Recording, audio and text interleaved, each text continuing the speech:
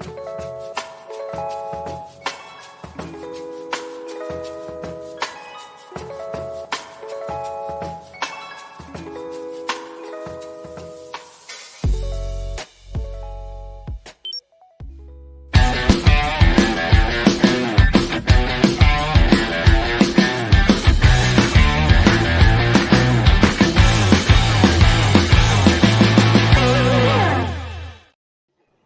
right, what's up, everyone? Welcome. We got a lot of people here. We got from India, we got from Colombia, Romania. All right, we got Sweden.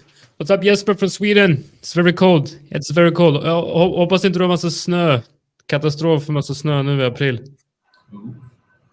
With that said, what's up, Alex? What's up, Victor? Yeah, man. Good. I'm doing fine, thank you. How is everyone? Why is it like zooming in and out? I don't know. I'm just checking. That's why I was moving, because I just see it. That's why I was just like I was checking it out. Because you're using an iPhone, right? Maybe they have like a webcam settings. It's like following your face. It's pretty cool, man. Yeah, you got some nice man. That looks cool. Maybe it should be like when we do like a joke, we'll be like.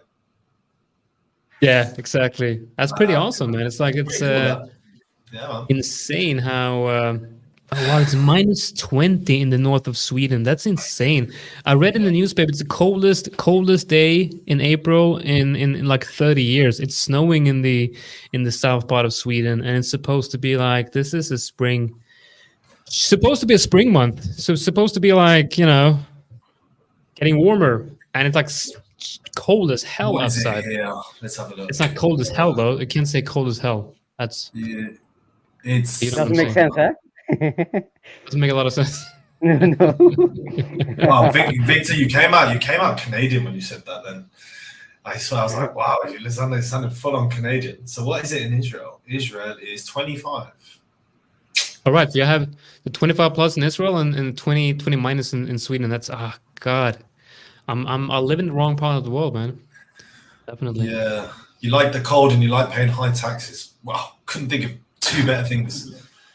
Yeah, if you like, you know, freezing, paying taxes, and being depressed 6 months of the year, then Sweden is a perfect place for you.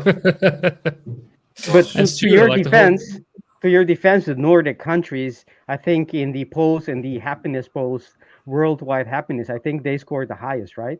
Sweden, Norway, Denmark, right? Isn't that so? Yeah, it's like in they have like a happiness index, and the Nordic countries like very high on that. But then on the flip side, the suicide rate is also very, very high, which is very confusing. So yeah, it's insane. Maybe we have a lot of day traders in Sweden. I don't know, but it's a lot of people very depressed. Let's change subject before YouTube comes on and kind of bans us for inappropriate content or something like that. Anyway, what are you guys doing today? Are you guys trading? I know Victor went long on EU. I went short on EU. I got stopped out on EU. Victor is probably in a good profit. So I think we should cover. And what about you, Alex? Are you long on EU as well? Well, I sent you. Didn't I send you the text with a screenshot of where I got long? And I was like, mate, go long. And we are still long. Obviously, we had a little bit of drawdown. Because originally I got long off this candle. This candle is where I got long. And I sent you a picture when the body was already up here. So this was a big green candle originally. And then news, I would have taken, came back down and, you know, found support at the EMAs. Now this is a 1 hour time. So the red 50 EMA is the 200 EMA on the 15 minute.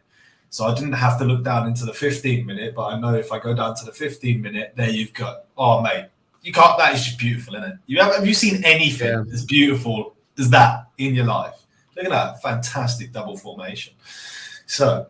Yeah, I mean, yeah, sure, definitely. I think decided to go short because the reload zone going. Yeah, so let me. I'm gonna bring up the screen here, and so I think, you know, So first of all, That's EU, we had right? a trade yesterday. That's EU, yeah.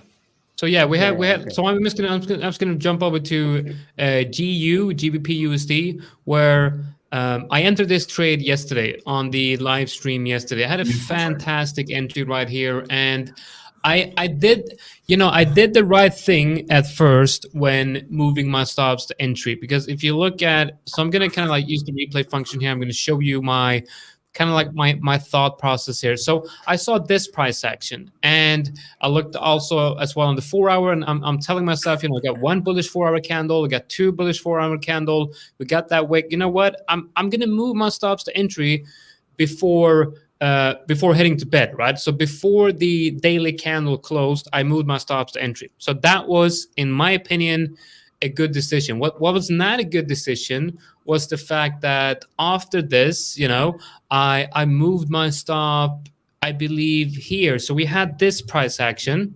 We were trading here, right? So GU were trading here, and I moved my stop, I believe, somewhere in this area. So looking at price action, it kind of makes sense. But then, of course, we got that move, which is obviously insanely frustrating. But it just goes to show what I've talked about a lot, and what Alex, talked about a lot as well. And Alex is like telling me this all the time: is set and forget. And the thing is, if I say this myself as well, I tell you guys in the comments, like, yeah, probably best is to set and forget. And then what am I doing? I'm just, micromanaging, and what happens is I get stopped out and the price starts moving in my direction. Now, so I got stopped out on this one, and then I looked at EU, and we had the news coming out, okay? So I believe we had inflation numbers, CPI, at 11, so on the close of this 4 hour candle.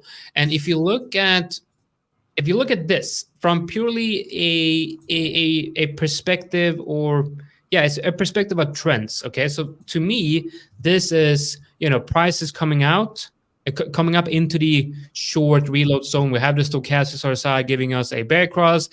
It looks good, but there's a few things missing here. First of all, there's a lot of air up here, and there's no clear rejection. There's no clear bearish engulfing or something like that on the 4 hour. But with the news coming out, we had this 1 hour candle.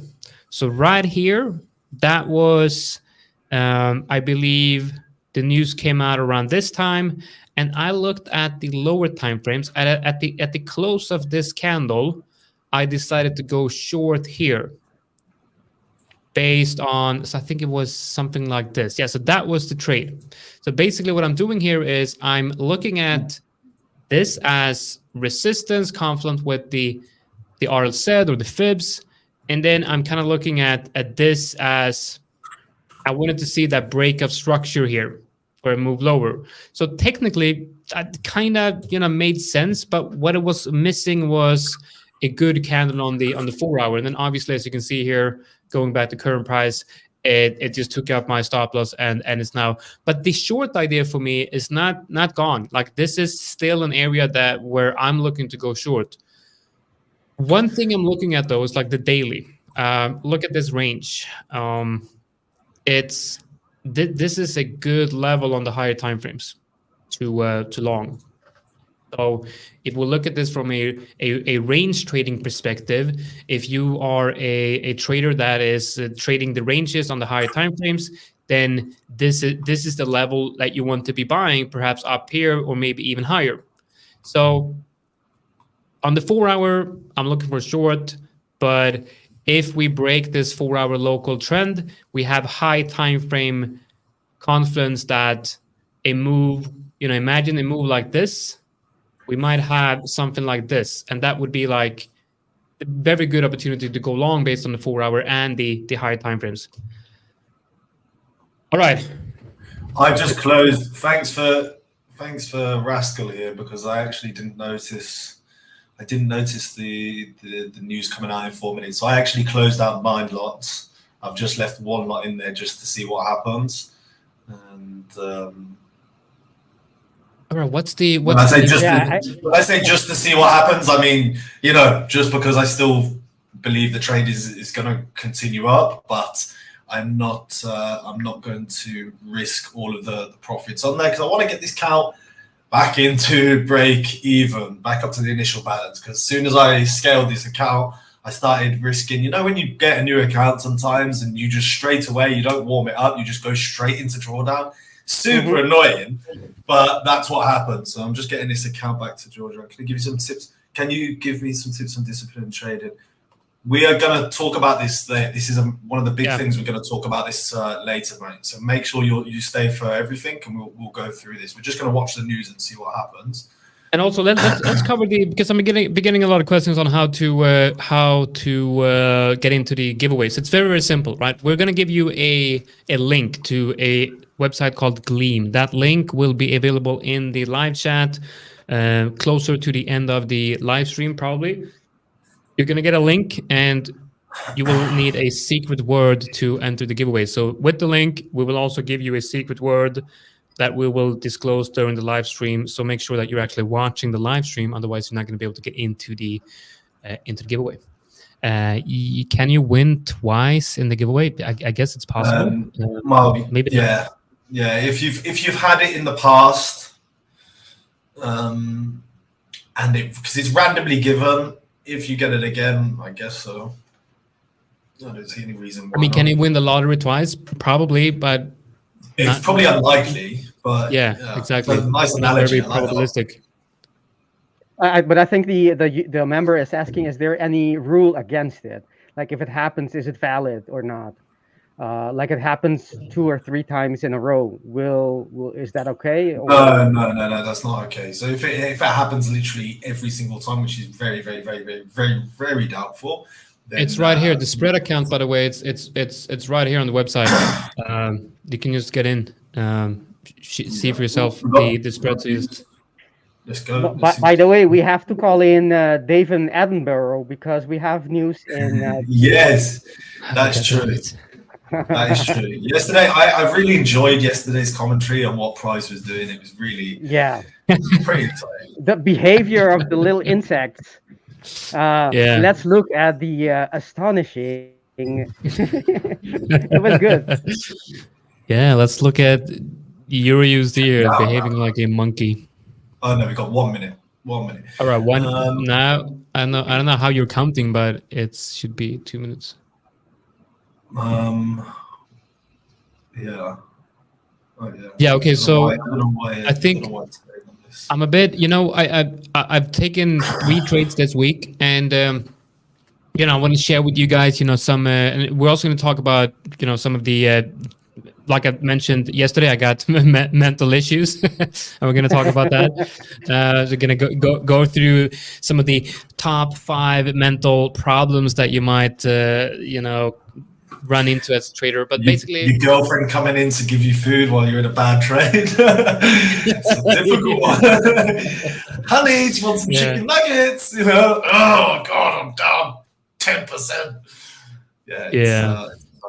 News coming Actually, it's a funny story. Well, not a very funny story, but I remember like one of my biggest losses in trading were, like I was trading on crypto futures, like in 2018, while I was taking care of the kids, and my son was like, I don't know, like 2 years old. I was getting dinner ready. He was running around screaming, and I was trading on 100 times leverage on Binance on my phone.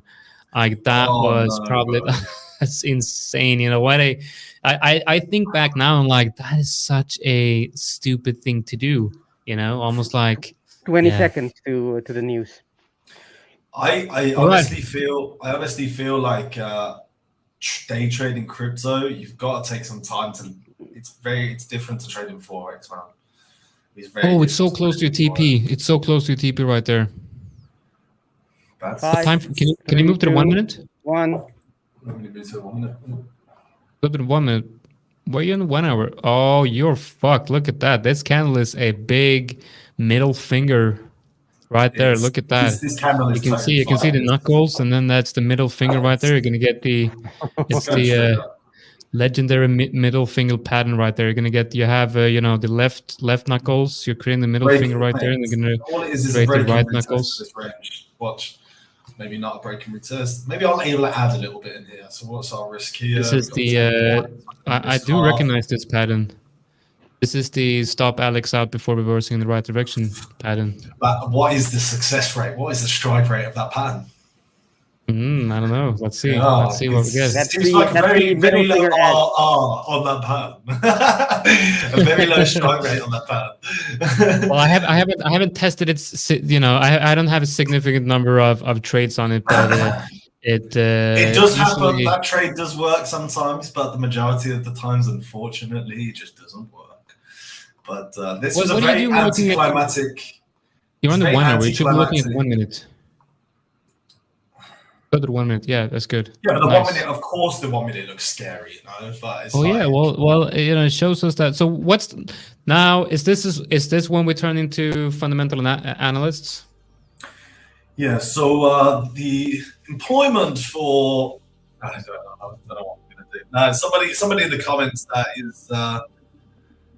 looked at the news, tell us what's going on, because well, we are seeing strength in the dollar on the lower time frames. The thing is with the news events is the screw you candle, But the thing with news event is a lot of times you'll see that the initial reaction to a news event is not the right reaction, so you will most of the time start moving around, but. And this can easily happen within 1 hour candle. So if we look at Euro USD on the news previously today, we had, everything were looking very, very good. And then all of a sudden, right before the 1 hour close, you had a big move in the opposite direction. Right now, the initial move that we're seeing now is obviously a quite bearish move on EU. And there is a very good level below right there. So looking at the 1 hour, get a very good level right there. I'm thinking third to get down there. I was actually, when I first came into the office, I actually shorted this area here down to the 15 minute chart. So I actually shorted this, got out here. I actually got stopped out on another position. Let's have a look. So I shorted this, took out here. I was long here with a stop very, very tight, and I got taken out, and then that's when I got in again. So I'm not going to be able to go long in. The link will be shared later. The link will not be shared now. The link will be later. I don't really want to. All right, we got our financial advisor here telling us that news will make USD stronger, but this USD strength will not pose any threat. I actually like Rascals as well. All right, I'm sorry, dude. So obviously you're no longer the financial advisor. Rascal took your spot. Oh man, I fucking destroyed my. Even though I don't look at. What's the thing I'm sitting on? My share. Yeah, share. Yo. Even though I don't look at, I try not to pay attention to the news or what the actual is. Is it better? And if it's going to be right, I try not to, put too much value to it. Actually, I don't even look to it what it actually is, the value that comes out. But the general idea is that with news is you need to look at if it's either expansion or contraction. Those are the two things.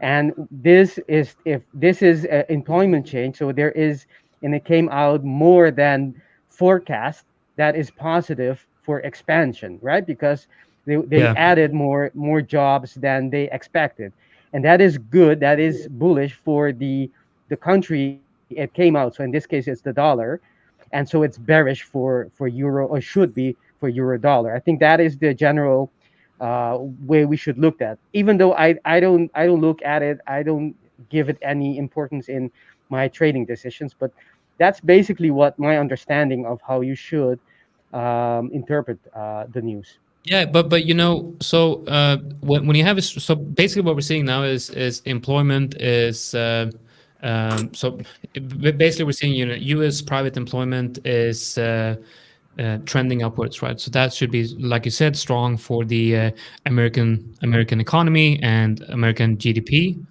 But normally, I think in a normal environment, that would be good for the US economy.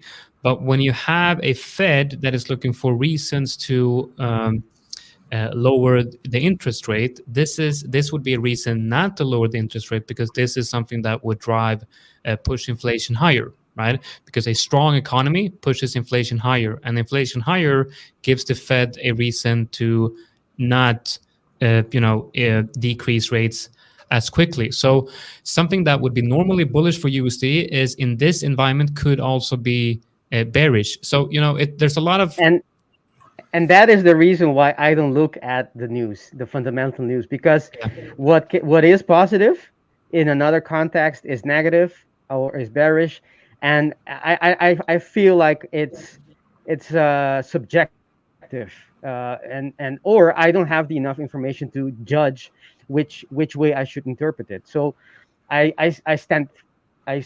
to avoid, as I said yesterday, try to recognize it's not my area, and I don't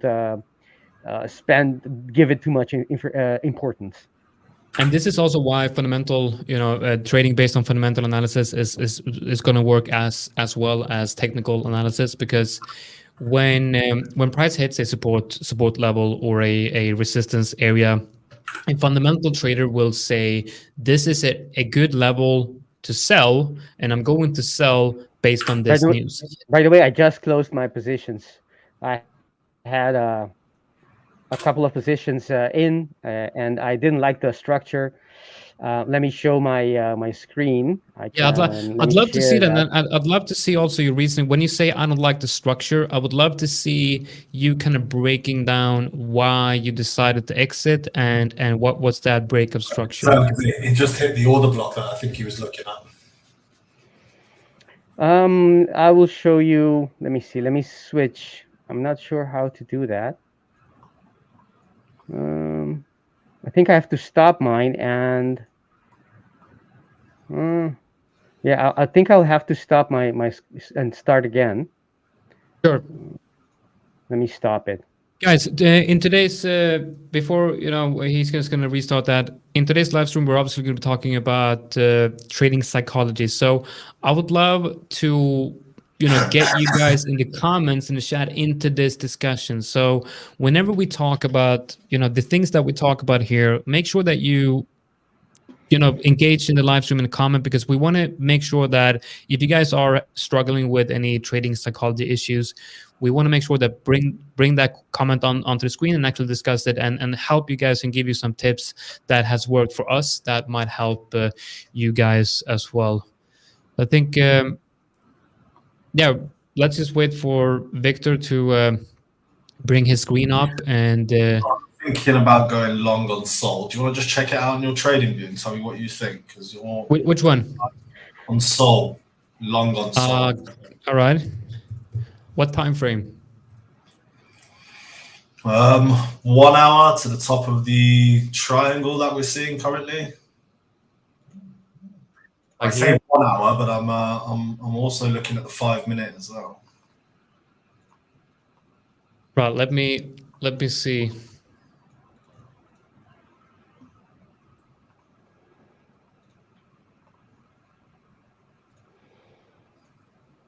Well, going long here, like you're basically,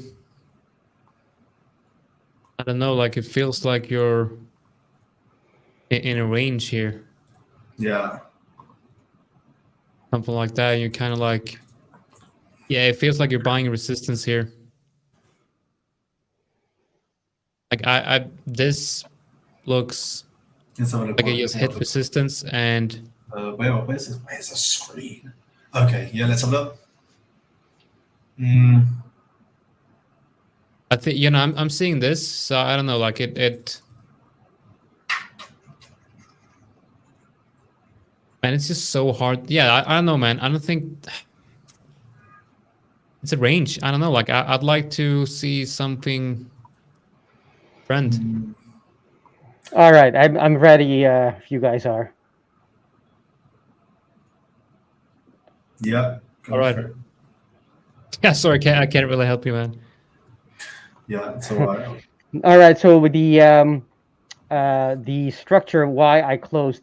Well, let me zoom in. This is the H4, and the reason I bought was there was an outside bar here that was formed, and when it closed and came back, that's my signal. When it came into my area, this little area here, little red box, that's where I was looking for an entry.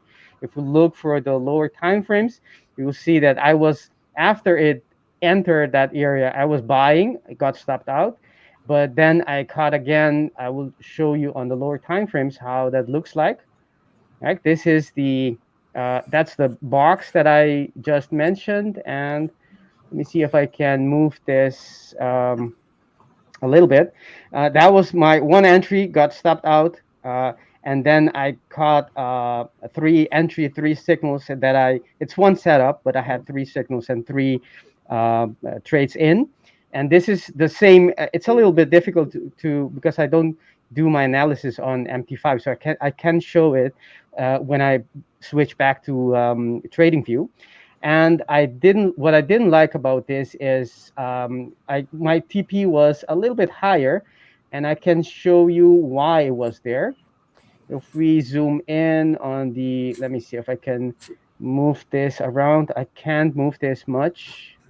I'm not sure how to do it, but let me. It's a fantastic platform, this one. Love it. But anyways, if I this order block, since we were leaving an H4, I was aiming for this order block, which was at 86 something, and there was actually it went to 86.5, and I had my TP just a little bit higher, a few pips, and it didn't get there.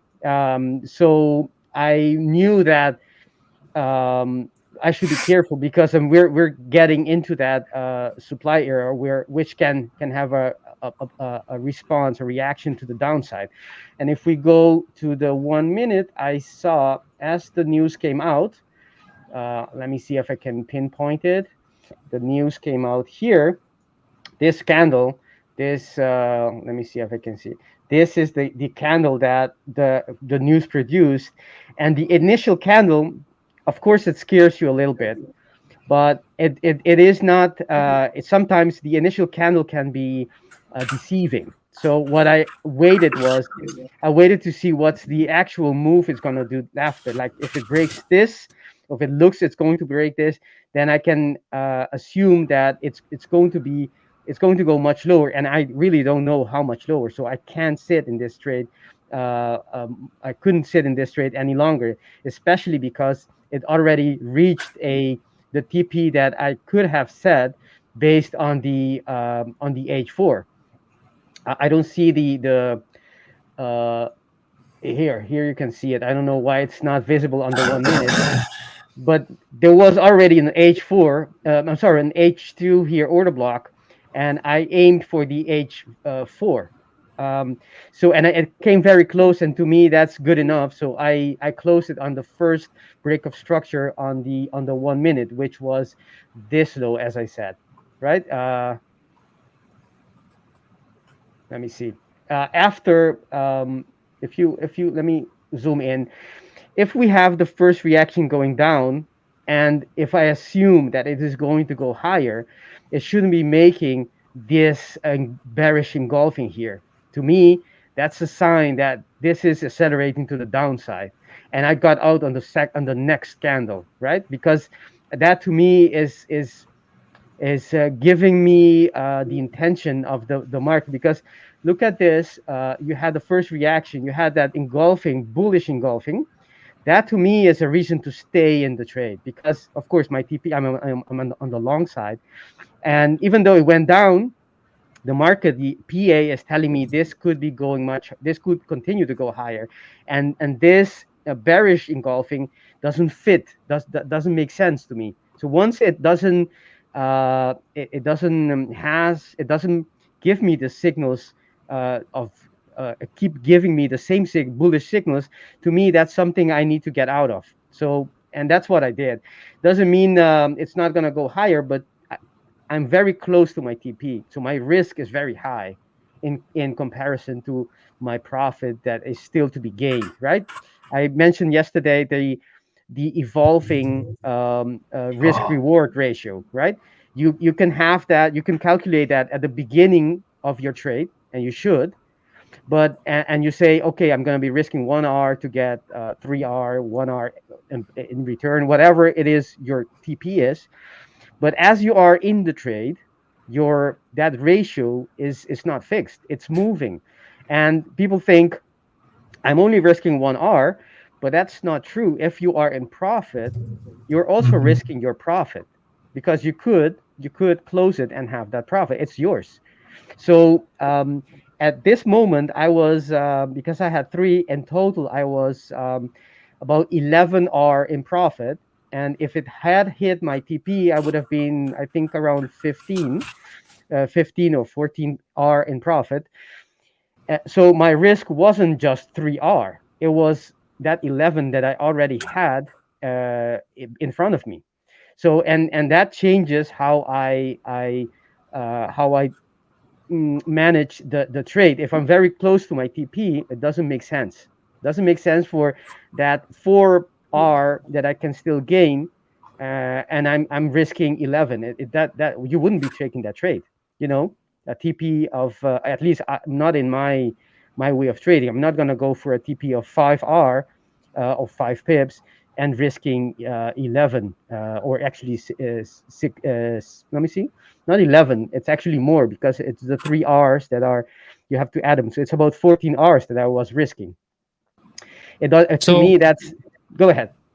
So basically, and I definitely agree with you here, and I understand what you're saying, and I'm also, this is, and where you exited there, I would have exited right below current price, because when you broke that level, that's when you broke structure. So that's where, if I would be using your idea, I would exit at that point, because then that would tell me that, all right, we're now not in a local bullish structure anymore. So that's where I would exit. And I also think a lot about the fact that we have the time aspect as well. The longer you are in the trade, the bigger the risk is that your trade setup will be invalidated and the local structure will be broken. So you're not only risking what you're risking initially, you're also risking your unrealized profit and loss. And it's that thinking that makes it hard for me, or makes it difficult for me to have that set and forget approach. But I also have to go with the statistics, and going through my journal and looking at my statistics, it's obvious that using a set and forget approach, this week I would have been more profitable basically, and most other weeks I would have been more profitable as well. So I think it's for me, it's about fine-tuning that process, and while fine-tuning that process, I'm just gonna have to approach it from that set and forget approach. Yes, and the best way to do that, to answer that question, because you're actually you have a question: is it better to set and forget, or is it better that I use discretion, reading PA price action to get out before it hits my TP? And to answer that question, you need to go back to your data, and you need to record both results, not only the actual results you're getting, but the results you would have had if you followed your trade plan to the dot. If you had perfect execution, you should be recording your trades. So not only the actual result, but also your perfectly executed trade plan. And that means that even though you may have gotten out like I did now, I should be recording, leaving my TP there and see my results. And in time, when you have enough, a good, large enough sample size, with that data, you will be able to answer what is best. Is it best just to leave it, or am I gaining more by intervening? And it is different for everyone, and perhaps for every system, right? So what works for me doesn't need to work for you. So it's something personal that you need to consult your data to be able to answer that question. And there's another thing that I like in this where I got out before my TP. This wasn't mechanical, right? Because this is something discretionary, and it is in those little details. How much discretion should you include in your trade plan? And my experience so far is that you should have as little discretion as possible, because Yeah. the more discretion you have, the more chance you have of deviating from your trade plan, because discretion is can be anything at that moment, while a rule-based system, there is it is either it's a yes or it's a no, right? It's much more. It doesn't depend on your ad hoc discretion at that moment, right? No, definitely. I think I'm definitely with you with that. And I think Alex would agree as well. Like as little discretion as possible when it comes to after entering the trade. As soon as you've made the plan, you have your stop loss and your take profit orders in, and you enter the plan. And you enter the trade and you have the plan activated at that point. I mean, unless you have made this is a problem, right? With people changing their like moving away around their stop loss, because you look at a level that you want to be buying, you put the stop loss in and you put the TP in and you enter the trade. That's the plan. Now, if you haven't made a trade management plan, then you have no business trying to micromanage that trade. I think that's very important to remember, because when you're in the trade and you get an idea and you're like, oh, I want to do this and that, well, that's based on things that are not part of that plan. If you think that when you're trying to intervene and micromanage your trade, if you think that you saw something, you could deviate, but it is kind of risky. What you should do is whatever you think you're seeing, whatever you think you're observing in the market, go back to your backtesting data and apply that rule to your backtest and see if it gets you better results. That should be the actual way to do it. And before you do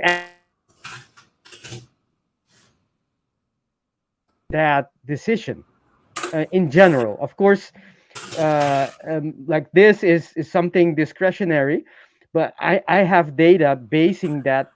I see that price sometimes reverses before the structure, right? And that's the data that I have. If I go back to all my trades and all the losers, I see that many of them do get very close to the structure where I have my TP. And so I want to avoid losing those trades that are going into my direction, but are reversing before hitting those structures. And that's what it is. You have to base it on something. Otherwise, you're just increasing the variability in the results you're going to be getting, and that's not good. That's not your way for consistent result. If you want consistent result, you got to have a consistent approach, a consistent routine, a consistent list of things you do. If you keep on changing it by adding or acting, intervening every time differently, your results will be all over the place, good and bad. Yeah. So I think I want to show. I've covered went through a couple of markets here, and I want to show you some ideas that I have. So I think currently, right now, I've let me just do a quick. I'll go through this to see if I have everything right. Okay, so use this. Right. Okay. So there's basically two pairs I'm interested in here. So we have USD JPY. Going to go to the weekly. Now you see here that we're testing this major level on the weekly. It's resistance. I'm just going to add horizontal lines to this one and go back to the lower time frames. So above here, like this is actually the highs, those weekly candles. Can I interrupt you, Jonathan? Yeah. I know you're in the middle of your your setup. Could you switch to my for a few seconds? Could you switch to my? This is where I do my analysis, and here you can see the order block, the H4, and you can see how I try to front run the TP and how it missed it by very little. And when I see this, and I've seen that's the pattern I was talking about previously. I mean, yesterday I was talking. When you look at your data, you will try to identify patterns, not only patterns in the graph, in the PA, but things that happen in a pattern. And this is a pattern that I've seen that sometimes it comes, it hits me and it continues. That's fine. Sometimes it hits me and then reverses. But other times it comes very close. As you can see, this is what? This is nothing. This is 1 point actually, right? Of where I had my TP. And I recognize this pattern, and I see if it's giving me one sign, and then this bearish engulfing, that's another sign. The market is telling me, your chances of hitting your TP may not be as great as you think, or maybe it will hit it, but you'll have to suffer a bigger drawdown that is not comfortable. And I prefer just getting the profit out instead of risking it. I didn't really see how. If you look at from afar, I didn't see how close you were to peep. Yes, sorry, there seems to be a delay. Go ahead. No, there's you can see how to me this is also a reaction of the order block, even though it didn't touch it. So my TP is I put it there, but I really don't know how far, how close it will come to the area, right? I'm sorry, that was my interruption. Go ahead. Yeah, so I didn't see how close that was. So before, when you mentioned where you exited, I didn't really see how close that was front run your TP.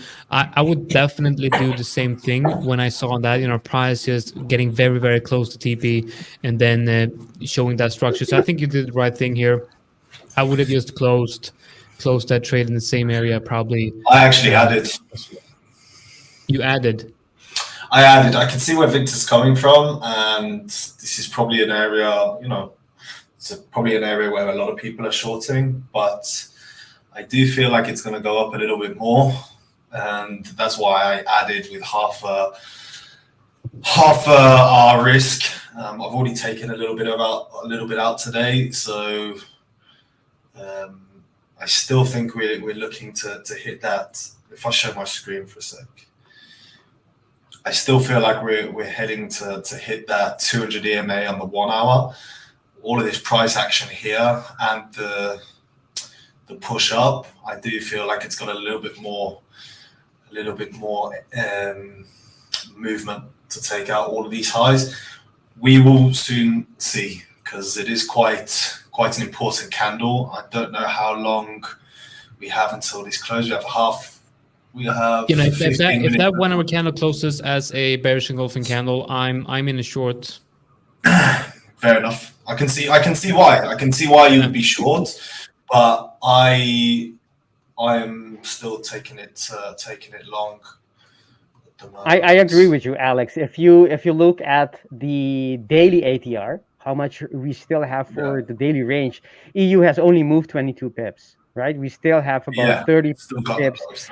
That can be on the upside, that can be on the downside. We don't know yet, but that's the thing, though. Like, what's the logic behind using the ATR when the the average true range, we're talking about both potential upside price action and downside. So what's the logic behind using that as you know what I'm saying, right? I understand. Yeah, I understand completely. The thing is, we at the ATR is telling you that the market is still has about 30 pips to get out of the. Let me see. Are you seeing my screen? Yes, I think you are, right? No. No. Okay. There you go. If you this is the H4, and we don't know which side it's gonna go. It's gonna break the. This is the range of today, right? We uh from this TP where I had my TP that just got missed, and we had below here. That's the other, not these two. This is the range of today, right? The outer of two yellow horizontal lines, and we know that it's going to most likely it's going to expand this range today. That's a given because it's only done 22 pips. This is not a holiday. We had news. This is most likely going to do, but the question is it going to do on the upside or is it going to be on the downside? That's the question nobody It's gonna be on knows. the downside. However, could be. But if I look, remember, I only look at order blocks and quasis. And what do I see? What do I see if I look at quasi? I have a here. I have a Guys, we're giving you free trading knowledge and the chance to win a free account. All right, you don't have to be fed up. It's like, man. If you're fed up, you're fed up. Yeah, I mean, we love you all, guys, but we're here to help you become profitable traders, not only throw away accounts. Okay. Yeah. So as I was saying, we have an outside bar that was formed in Asian session, right? And what did market do after that form in that outside bar, right? It took out. For those who don't know what's an outside bar, it is. Let me see if I can take everything out. It is this. You have this bar, right? Took out the low of the previous bar, even if it's just for a few pips, and then closing above the high of that bar. That's an outside bar. That's very bullish. That's like engulfing on steroids. So can you explain again an outside bar? I know that's a lot of people are using that. I don't know what. Yeah, I would like to hear about this as well. Yeah, please break that down. Like, what's an outside bar? And yeah. Sure. Let me see if I can. I gotta run 1 minute. I'll be back. Right, we're saving first. Jonathan's going. Could you wait 1 minute in explaining that? Could you just wait 1 minute? I'll be back. Okay. Sure. I'll wait. Everybody's had a little bit too much coffee. Yeah. Just gonna run to the toilet quickly. There we go. We're gonna just remove it for 2 seconds. I'm gonna see what happens. I'm gonna see what happens right now with Euro, because Euro's still in an area. Obviously, we've added here. The only thing that if we're looking on the 15-minute, you obviously have like a little bit of a break. If we're looking at this leg, would you call that a low? Probably not. You wouldn't really call that a low.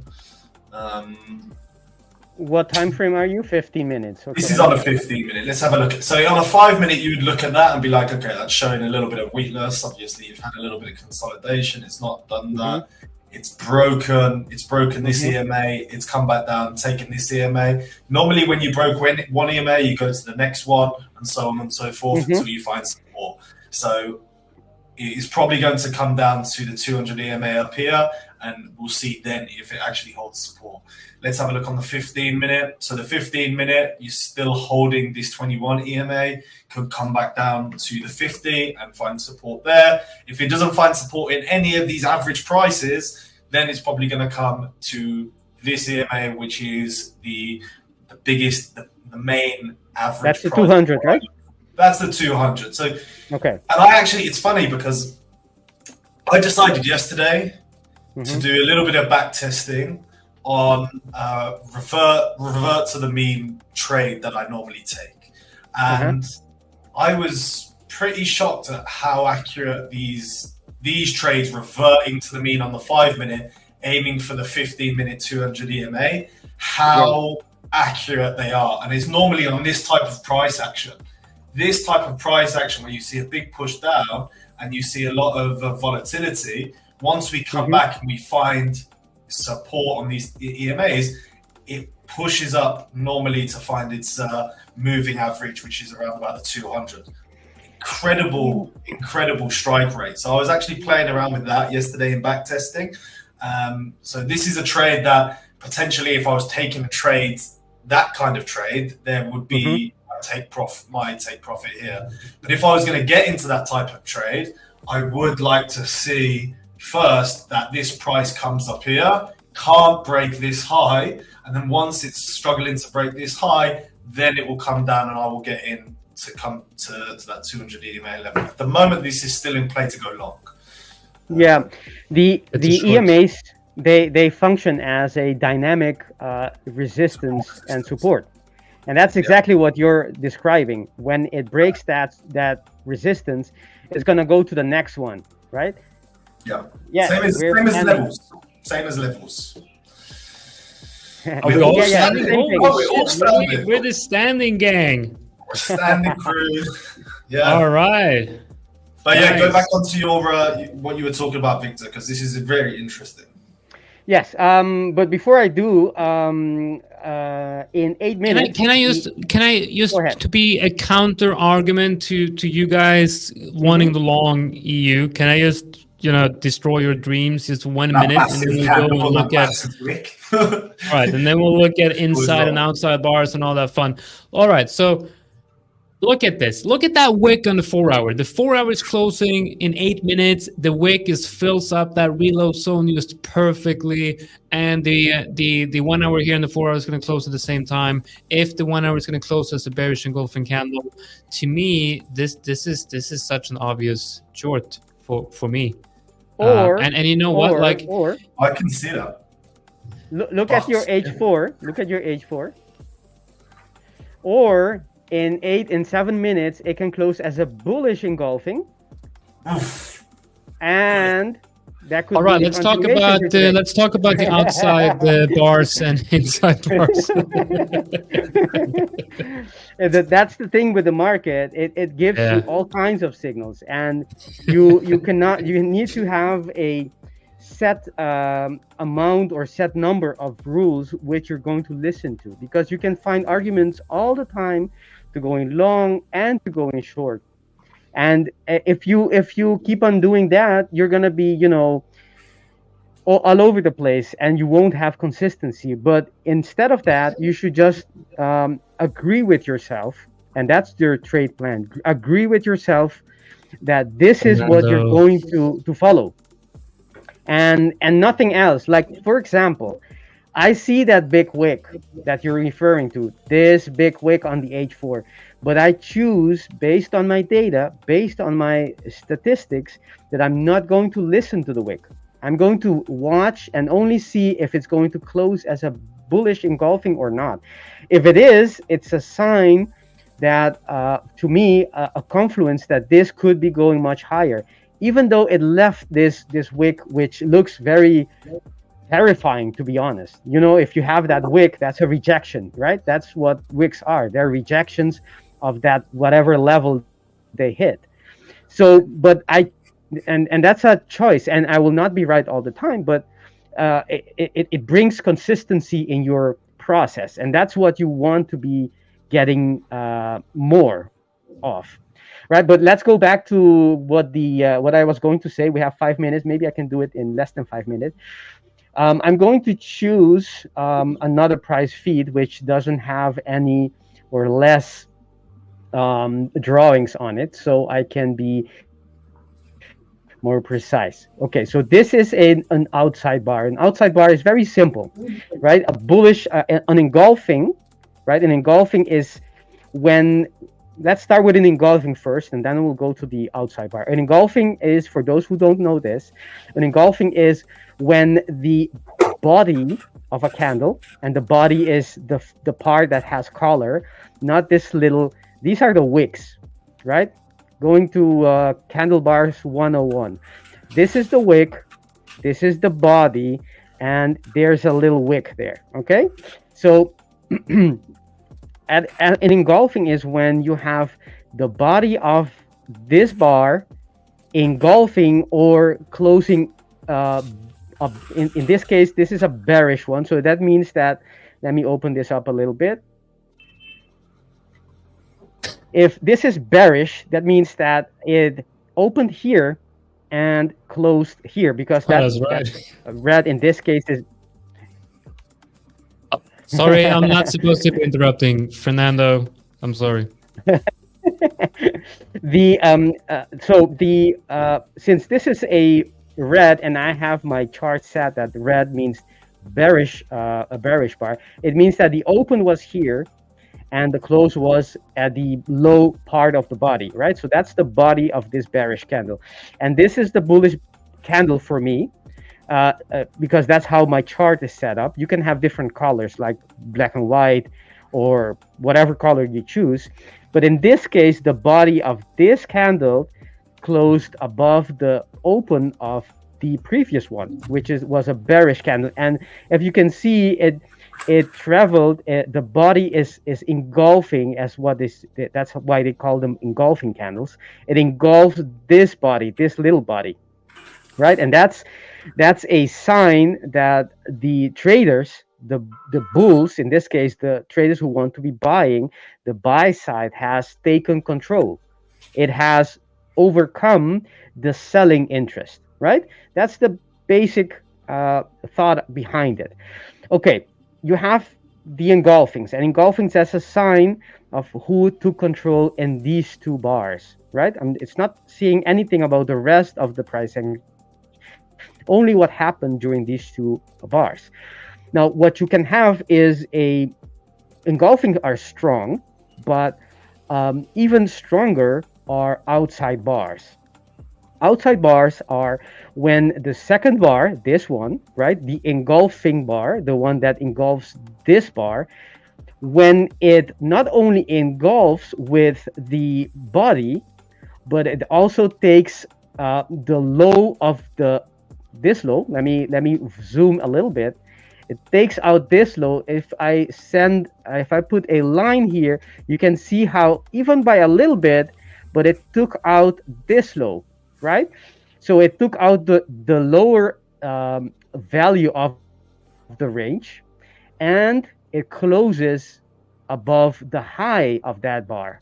See that? This is the close, and it closed above it. So in this case, not only the body engulfed, but the range of this bar engulfed the whole range of the previous bar, and that's an outside bar, and that is a step above in terms of bullishness, in terms of power of the first candlestick combination, which was the engulfing.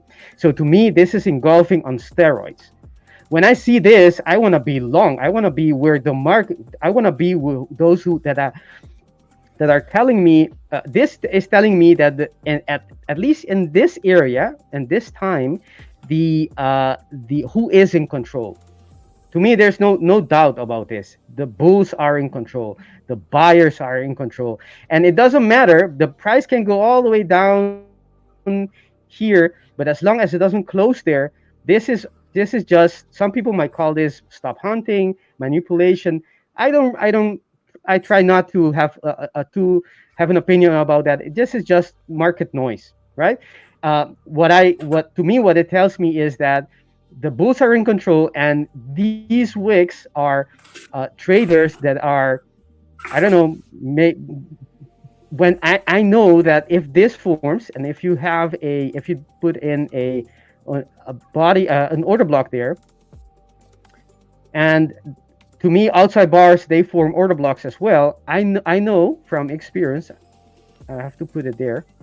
I know from experience that when it comes back, the price usually, not always, usually does the buyers here. This is the place where they are interested in buying, and it is quite likely that you will be on the right side of the market if you go long here, right?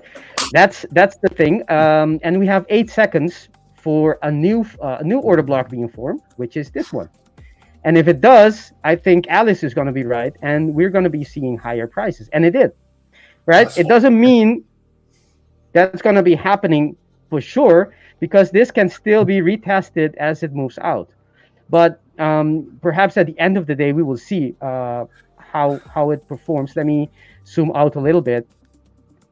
There we go. So on a 15-minute, that 15-minute just loses. Yeah, 15 minutes is perfect. Double bottom, retest of the double bottom right there. Yeah. Lovely stuff. Looks very good. This is what we want to be seeing. We're going to put over back to Victor's chart. There you go. So yes, and now I will do some live analysis as a signal here. This is the H4 telling us that this is going higher, right? So what I will do is, do I have a reason on the H2 right here?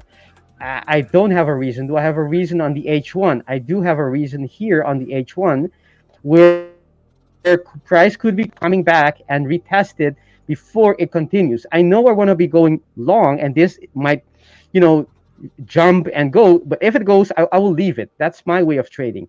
Alex, which I think is a momentum, more of a momentum trader, he doesn't need to have like the extreme prices below here. He will be happy just catching the move up here. Midway and taking the move up. I would be waiting for price to come back into this area, and then I would go to the lower time frames and look for my quasis, my Quasimodos, right? And that would be, I can do this live. I haven't done this in this chart yet, so let's see. That's on the 5-minute, and I will look for that structure. This would be I will mute myself for a few seconds because he's about to cough. Bless you.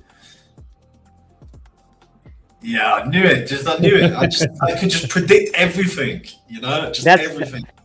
That's a price action. Yeah, my trader sense is tingling. Sure. Here we go. This is the the lowest point would be then the head. That will be the left shoulder. And in this case, it already perhaps looks like it already made a right shoulder. However, I only have that signal at the close of the H4, so I couldn't have taken it here. Actually, I already took it here, but based on something else. Right? This was the entry, if I'm not mistaken, of my trade that I took. I participated in this move, right? That was the move basically that I caught. But if it comes again, let me take this out. If it comes again, I would be happy to buy it again and participate. And maybe this time I will leave it open and for the targets that perhaps Alex is also looking for. Look at this. Look at this. It hasn't touched the 5-minute entry order block yet. Let me adjust that. And we have another one here, right? And this is why I have many entries, because I don't have like one entry only. I have this is only on the M5. I have 2 entry areas, right? So I'll wait for price to come into any of these, and depending how it behaves when it gets there, I will have an entry, and I'll do this on the 5-minute, the 3 minutes, the 2 minutes, the 1 minute, and I will take those signals. And yeah, that's basically it. So yeah, that was the outside bar in a nutshell, and my ideas about the market right now. I know we're getting a lot of questions on gold, and I actually do see something very interesting on gold right here. So I got this signal right now, and it's based on the 1 hour, and basically based on that pin bar candle right there.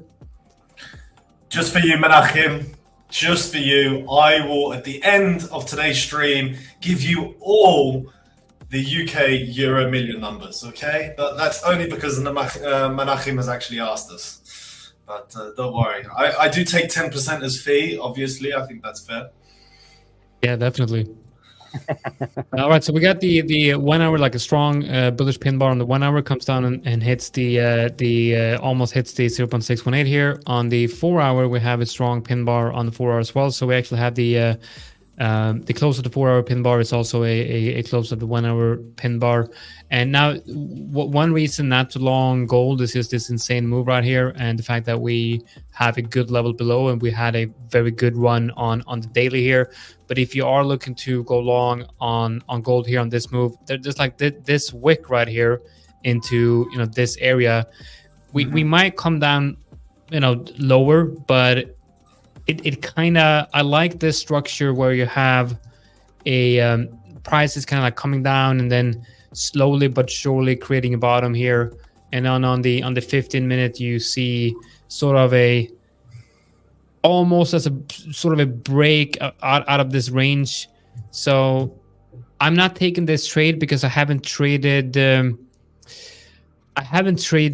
gold in forever, so I'm not going to take this trade. But I do think this it looks good for more upside. If I believe that gold has topped, I don't know, man. That's impossible to price discovery at the moment. Like, yeah. I mean, look at the weekly. It's you're never gonna know until it tanks.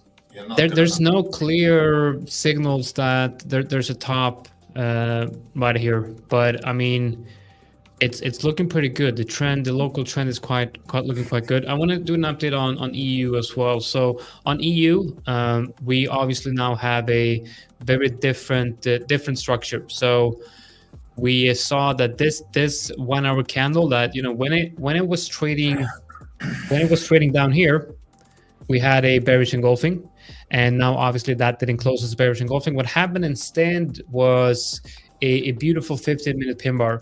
I think we could call that a pin bar. Maybe the body should be smaller. I don't know, but definitely a sort of a pin bar-ish candle. What time frame are you? 15? What?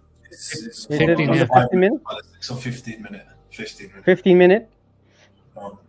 So we see that a popular definition of the pin bar is that where the body is. I will if you switch to mine for like 10 seconds, I can show I can say if it's we can measure it. You're referring to this bar, right? Oh, the green one, the bullish one to the right. No, but you mean this one? This is the possible pin bar? Yeah. Okay, so what they have different definition for pin bar, but one of the most common one is that you measure the pin, right? The wick. I mean, sorry, the wick, and in this case it's 2.8, and you measure the rest of the bar.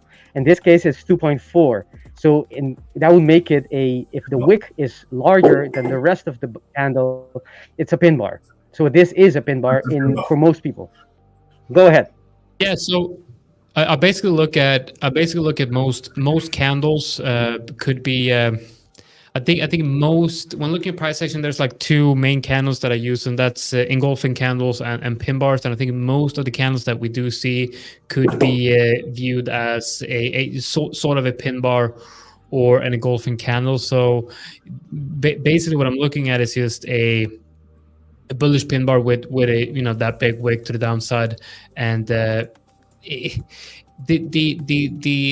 to have the correct definition of exactly what a pin bar isn't really important to me, because when you look at the actual statistics and the win rate of these candles isolated, there's very small probabilities, right, of these candles actually working, but in combination with others. So basically, I'm just looking at it as a bullish reaction, right, a wick.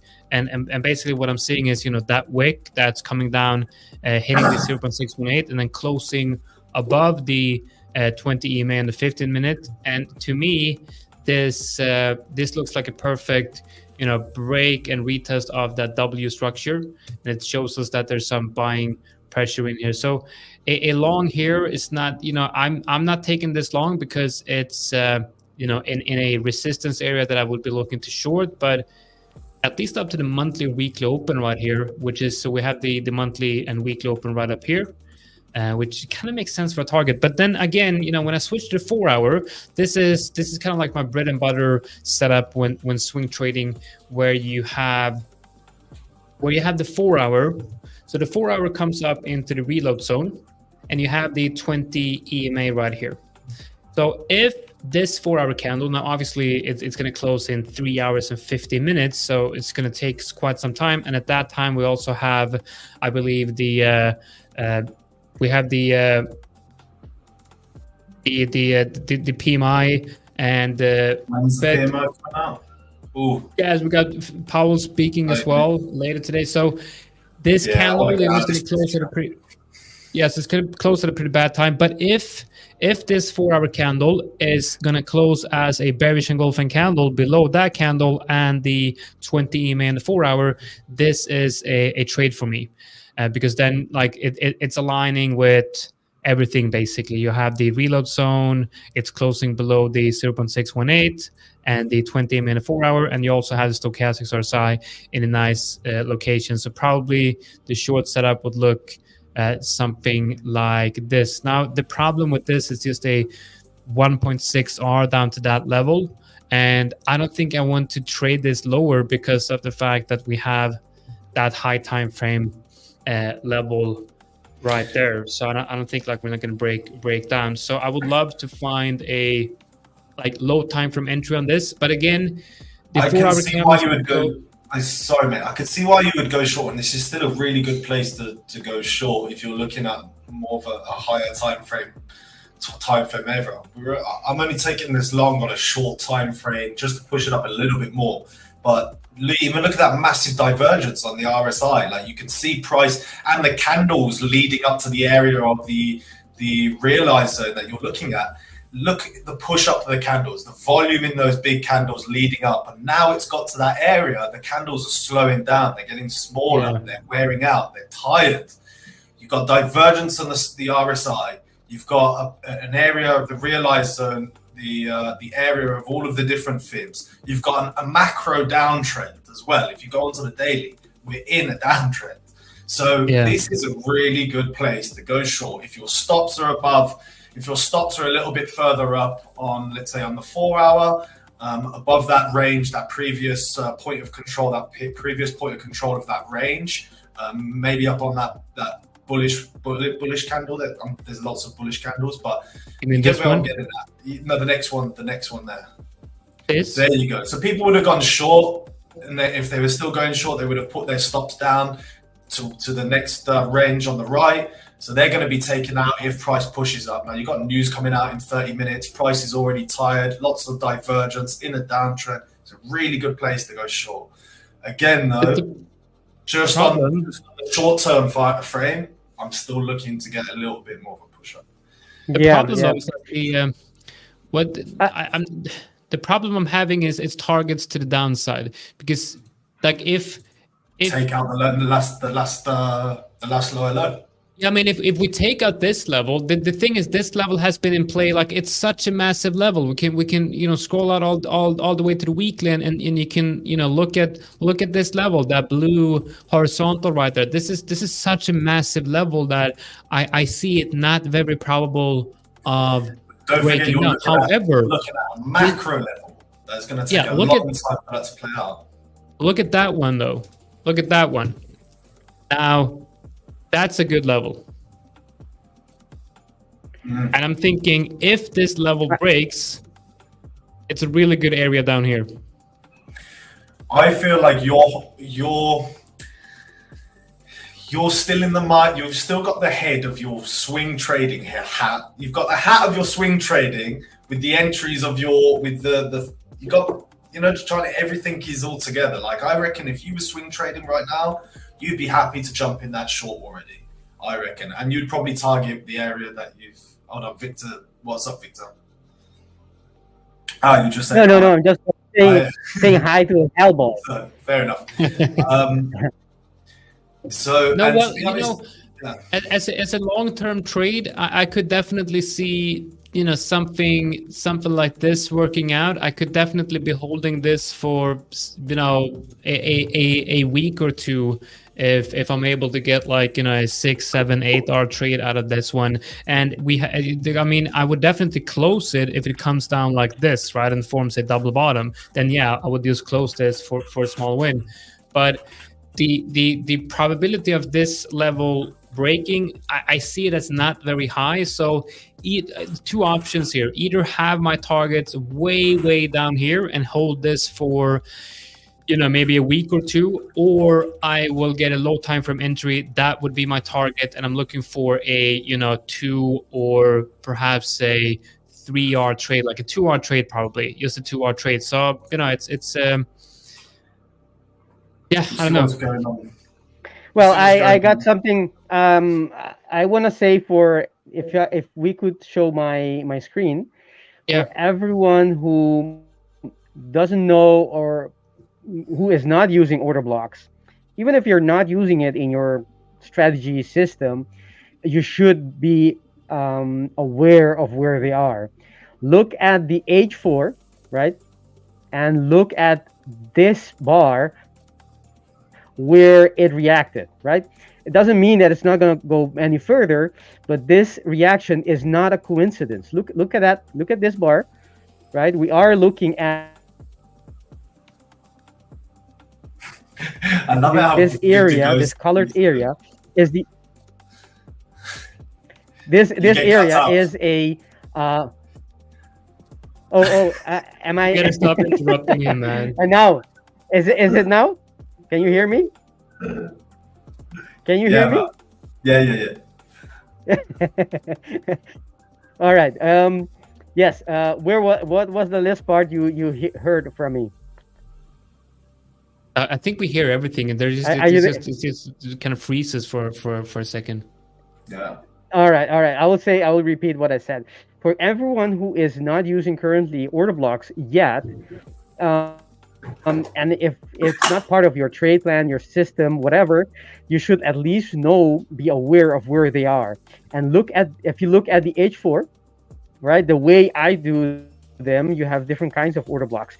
But the way I mark them, look at this order block on the H4, and let's go and look at the reaction the market has when it reaches and touches that order block. Look at this. This is not coincidence. That is the order block at work. It is precise to the pip, to the point, that reaction. That cannot be a coincidence, right? That is the price action reacting to that order block. So you gotta be aware. Let's say you have your TPs close. You don't want to be on the other side of the order block of that border, because sometimes that's all the reaction you will get from the order block, and price will not come back. Doesn't mean to say that I think it's going to go down now, but this is just indicating the reaction that if you look back, you will see that this happens quite often, more often than you would expect, right? So, and for my trade, it would have hit my TP, by the way. But I'm happy with getting out before, because I think it makes sense to me. I was very close to my TP anyways, so that's fine. I missed on about 3R, but that's justified to me. And there's someone in the chat that asked me, how do I? Let me see if I can get it. Who was it? Someone asked. Victor, how do you first spot the order block? As in from YouTube. That's the. No, at a certain point, Go ahead. No, it's just, is that the question that you were looking for, Victor? How did No. That's not a question. There was someone who asked me. Oh yeah, here it is. Ivan Nahamya, or I'm sorry if I didn't pronounce it right, but it says, Victor, how do you cope with all the order blocks on the chart?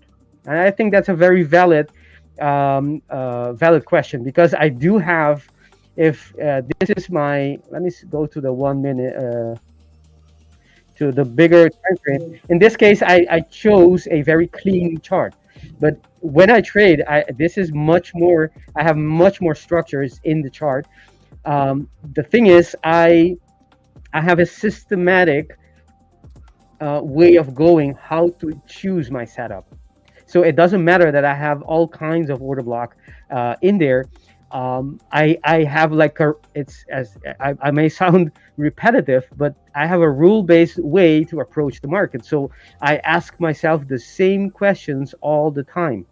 So I go, okay, where is the next H4 above us?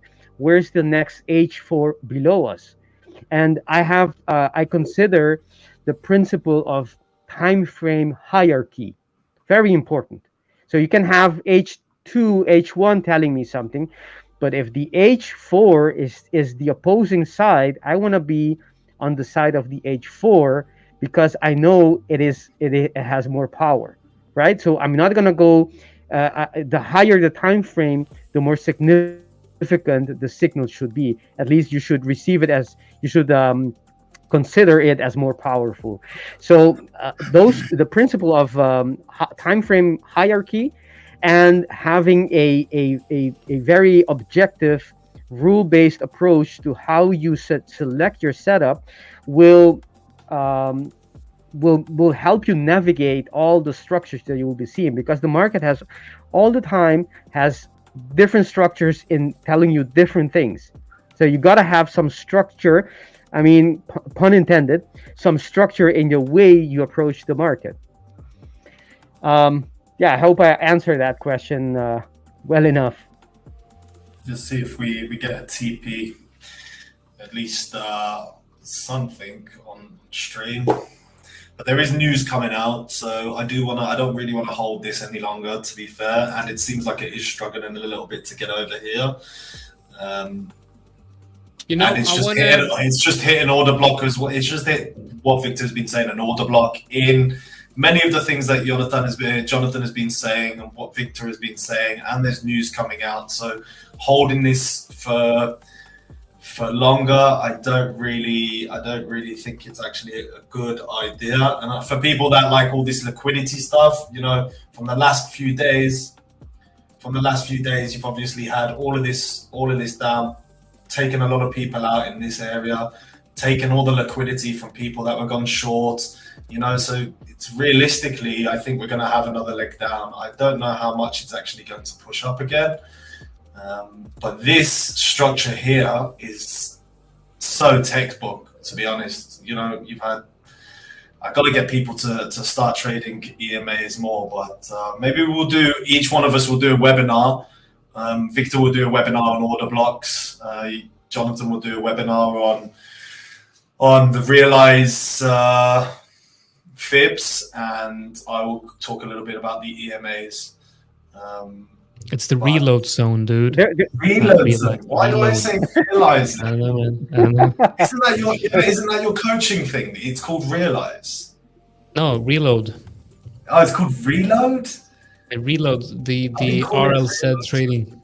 Like the reload. But I have for you, Alex, if you haven't pulled out your trade yet, I have a little PA indication that we might get in 6 minutes that could indicate if you could hold it any longer. What's that? I agree with Jonathan. I will show you if can we have my screen on? Yeah, sorry, I've just got out the trade. no problem. You got out? Yeah, man. Like, this is not what I want to be looking at. You know what, guys? Okay. I think we're all out of positions now, right? And we have news coming out, and I don't think we're looking to enter anything right at this very moment. So I want to move over to just briefly before we start the giveaway and everything. Well, do we need a break though? We have like 30 minutes left. Okay, fair enough. Yeah. Let's go. Keep going. Unless you really want to break, I'm good though. Fair enough. I'm good as well. Victor, you're good, yeah? Yeah, I'm fine.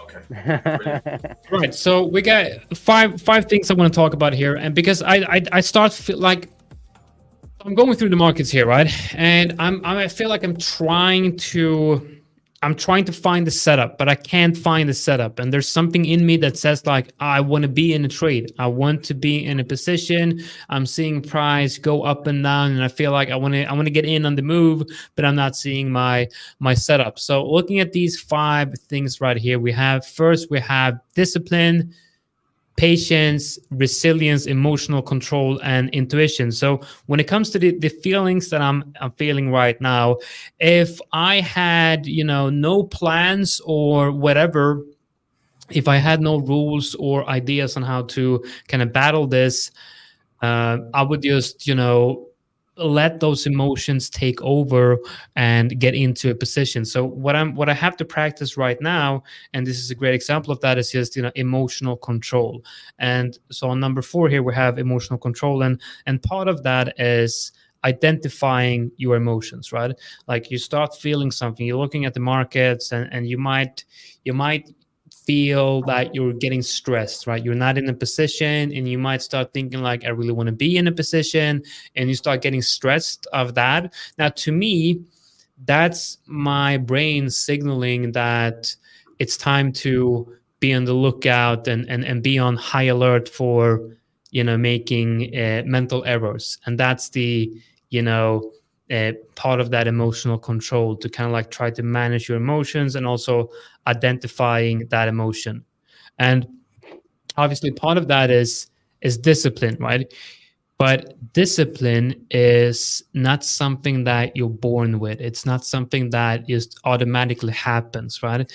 What I find is you have to have rules and be disciplined in following those rules. But you're not going to be able to just say that, all right, I'm a very disciplined person, and I'm disciplined, every hour of the day. I'm a disciplined person. That doesn't really, most people are just not disciplined people. They understand when they are disciplined, right? And we all have levels of discipline, and some days, some hours of the day, we will be less disciplined than others. So for example, if you're going to be trading when you're very tired, like right before going to bed, let's say you go out on a run, all right? You go out and run, and you run for an hour like crazy. You get home, you're exhausted, it's late, you're very, very tired, you're about to go to bed, and that's when you start trading, right? At that point, you have terrible discipline, right? You have terrible discipline. So you need to find the hours of the day that works well for you to be trading. So now, for example, after the live stream, I know that I'm not supposed to be trading because, one, I've been recording content all day. So I've been here hours and hours and hours just talking to the camera. And that kind of, destroys my discipline in a sense, because I get tired, right? So I think that is a very important part to understand, that you're not that, a superhuman. You're not that superhuman trader that can just be open up the chart at every hour of the day and you start trading very well. And same thing goes with patience, right? If you're not disciplined, you're not going to be able to be patient. And without that discipline, you're not going to be able to be resilient, right? So you need to have rules around all of this. I think the only part of this list is that you can't really have rules on is intuition, because intuition comes later. So there's this book called Trading in the Zone by Mark Douglas, and he talks about the final stage of trading. And the final stage of trading is the intuitive stage. So when you've gone through all of this, you've set up a rule-based system where you're able to be disciplined, and you can patiently wait for your trade ideas to come along, and you're resilient in a way where you go through the losses and you handle the emotions, and with time you will start to be able to trade based on intuition. And what I believe is the intuitive stage of trading is based on creating a mental edge, right? So you have your technical edge. Everyone can have a technical edge, and that will happen quite quickly in your trading journey.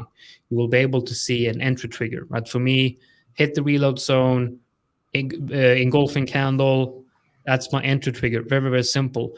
But the mental edge, that's going to be very, very difficult. That's where you really have to spend your time to develop that mental edge. And when you have that mental edge, you also start to enter the intuitive state of trading, and where all of these 5 things will start to kind of combine. So you see a trade setup, and a signal that might look perfect might be a trade that you're not taking because you start feeling certain emotions like stress or whatever, and that might be your brain intuitively telling you that there's something wrong with this trade. You're not supposed to take it. And yeah, I think that's the overall breakdown of what I wanted to talk about here. I quickly want to bring this comment up: how to stop trading after one trade. Yeah, maybe not the question I was looking for, but so basically, I think this question has to do with overtrading, and you guys know that overtrading is, and I've repeated this many times before, overtrading is most likely the biggest challenge in trading for new traders. Most traders, they blow their account after a trading session where they go completely on tilt, right? And they maybe have like 3 very good winners, right? So they have 3 very good winners, and they say to themselves like, yeah, finally I've broken the code. I've broken the secret code to trading. I'm now going to be profitable. So the next trade, I'll increase risk just a little bit, and that's going to be a loser. Now we're giving back some profits. Next trade, loser, and the next one a loser. And now you're down 3 or 4 trades losing streak, and you're giving everything back. And that's when the emotions start to take over. You go on tilt, and you forget about all of these 5 points, and you start over trading. Now imagine that during this losing streak, you've taken 10 trades, okay? What if you have a rule that says you're never supposed to be taking more than 2 trades a day? If you have that rule and you're only trading when you're disciplined and you follow that rule, it's going to be literally impossible for you to ever overtrade. And I think that is the first thing that everyone needs to put into practice when you start trading. Have a rule that says, how many trades can I take in a day? Any comments on this? You're probably not listening. So, I hear Alex writing. I was just looking at the trade that I closed, and just thinking about everything that you said, and everything that we talk about, set and forget and things like that. Yeah. But I think one thing with discipline, and one thing that something that I actually heard, which was really good, is like when you are tired, when a lot of things are going wrong, you fall back to the systems that you put in place to continue what you're doing. So let's say you've got a problem with overtrading, then you need to have a system in place that shows you, first of all, to indicate if you are overtrading, and if you are overtrading, what are you going to do if that happens. So let's say if you're on a diet and you're getting a bit of a craving to eat chocolate, well, you're not going to stand in the kitchen where there's a bar of chocolate in the cupboard. You're going to do something to take yourself out of the situation that is going to cause those cravings or that trigger. Let's say, I don't know how many people here are smokers, but let's say you're a smoker and that one person that you're always around, that when you see them, you start to get a craving to smoke. Then you're not going to be, if you're trying to stop smoking, you're going to cut being around that person as much, so you stop getting the cravings to do the things that you're doing. Same thing with revenge trading. If you feel like you're getting a craving, FOMO, to get into a trade, the best thing is to have a system to cut that out. And the one thing that you can do, let's say if we put it into actionable things, is if I take more than 3 trades in a day and I get the feeling that I want to continue, I've got to have a hard rule that I'm going to stop. I'm going to go outside for a walk for 10 minutes. I'm going to come back in front of the computer, and then I'm going to assess if I still want to take that trade, or if now I've realized that it was just a silly trade because I was bored. things like that. Those things you've got to put into place, because just to say I'm disciplined and I'm going to be disciplined, unfortunately, isn't enough, because we're animals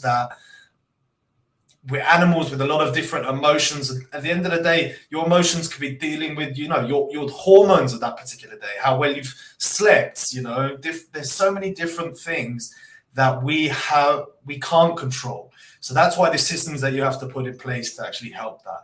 Resilience for traders, I think that is super important, because the amount of times that, you're having a little bit of a bad run, or you're getting stopped out constantly, and sometimes you have to be resilient through those times, and you have to hold yourself accountable, but you also have to make sure that you're sticking to what you've said you're going to do. So let's say if you're saying, okay, I'm going to do this, this, and this, I've got a plan to do this, this, and this, and you are doing that, and you're still losing, that's where the resilience comes into, okay, I've just got to continue to persevere through this particular sticky time.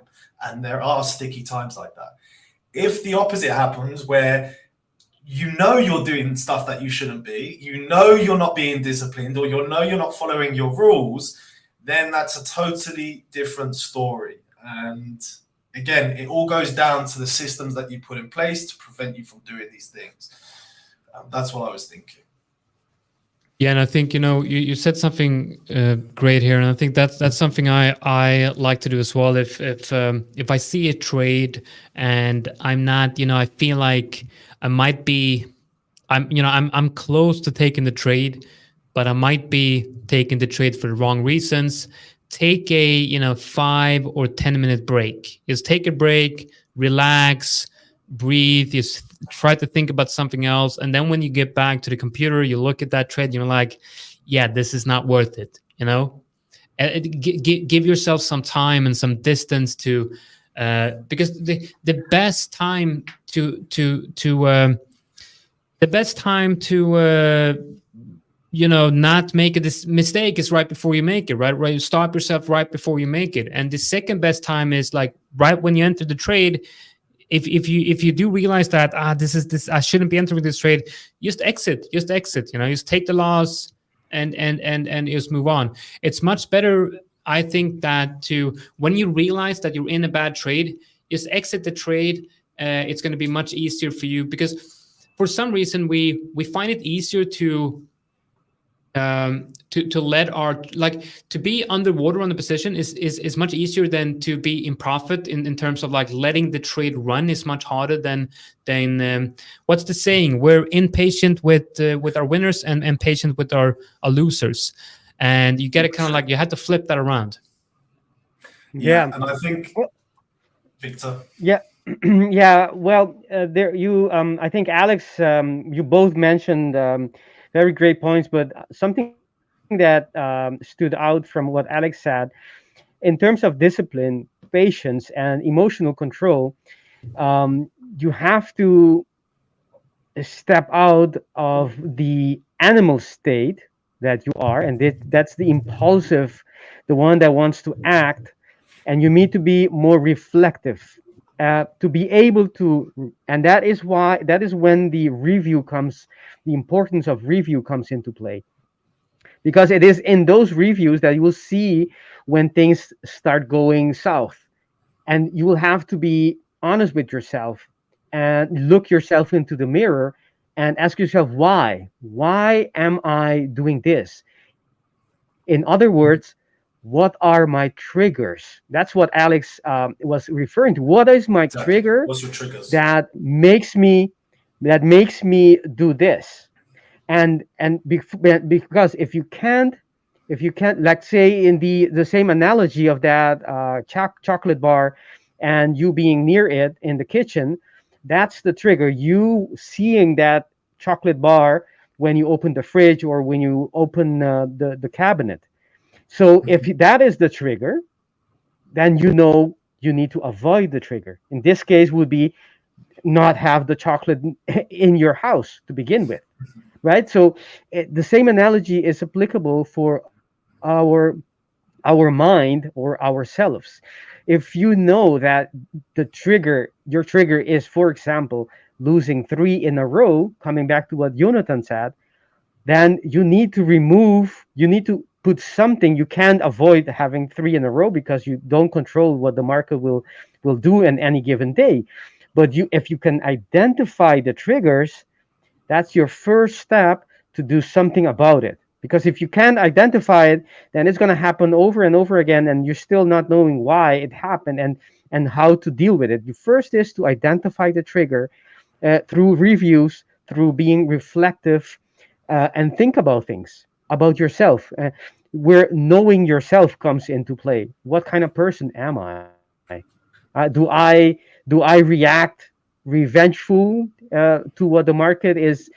What is my what am I thinking when I have a loss? Do I think it's unfair because I put in all these hours and I am entitled to that win?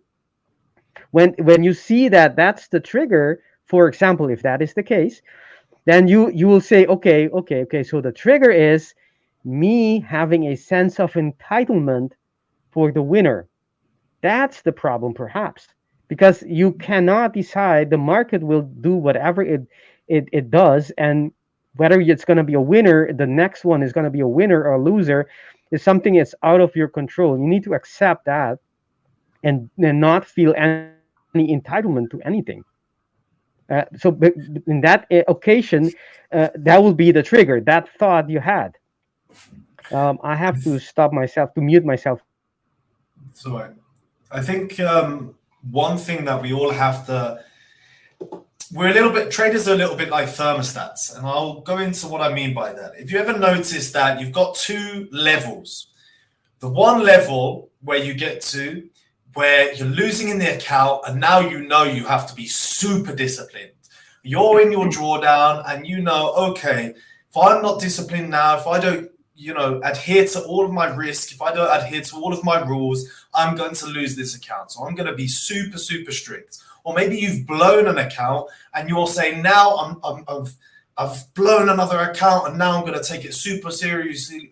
I'm going to start journaling. I'm going to keep to my rules, all of these different things.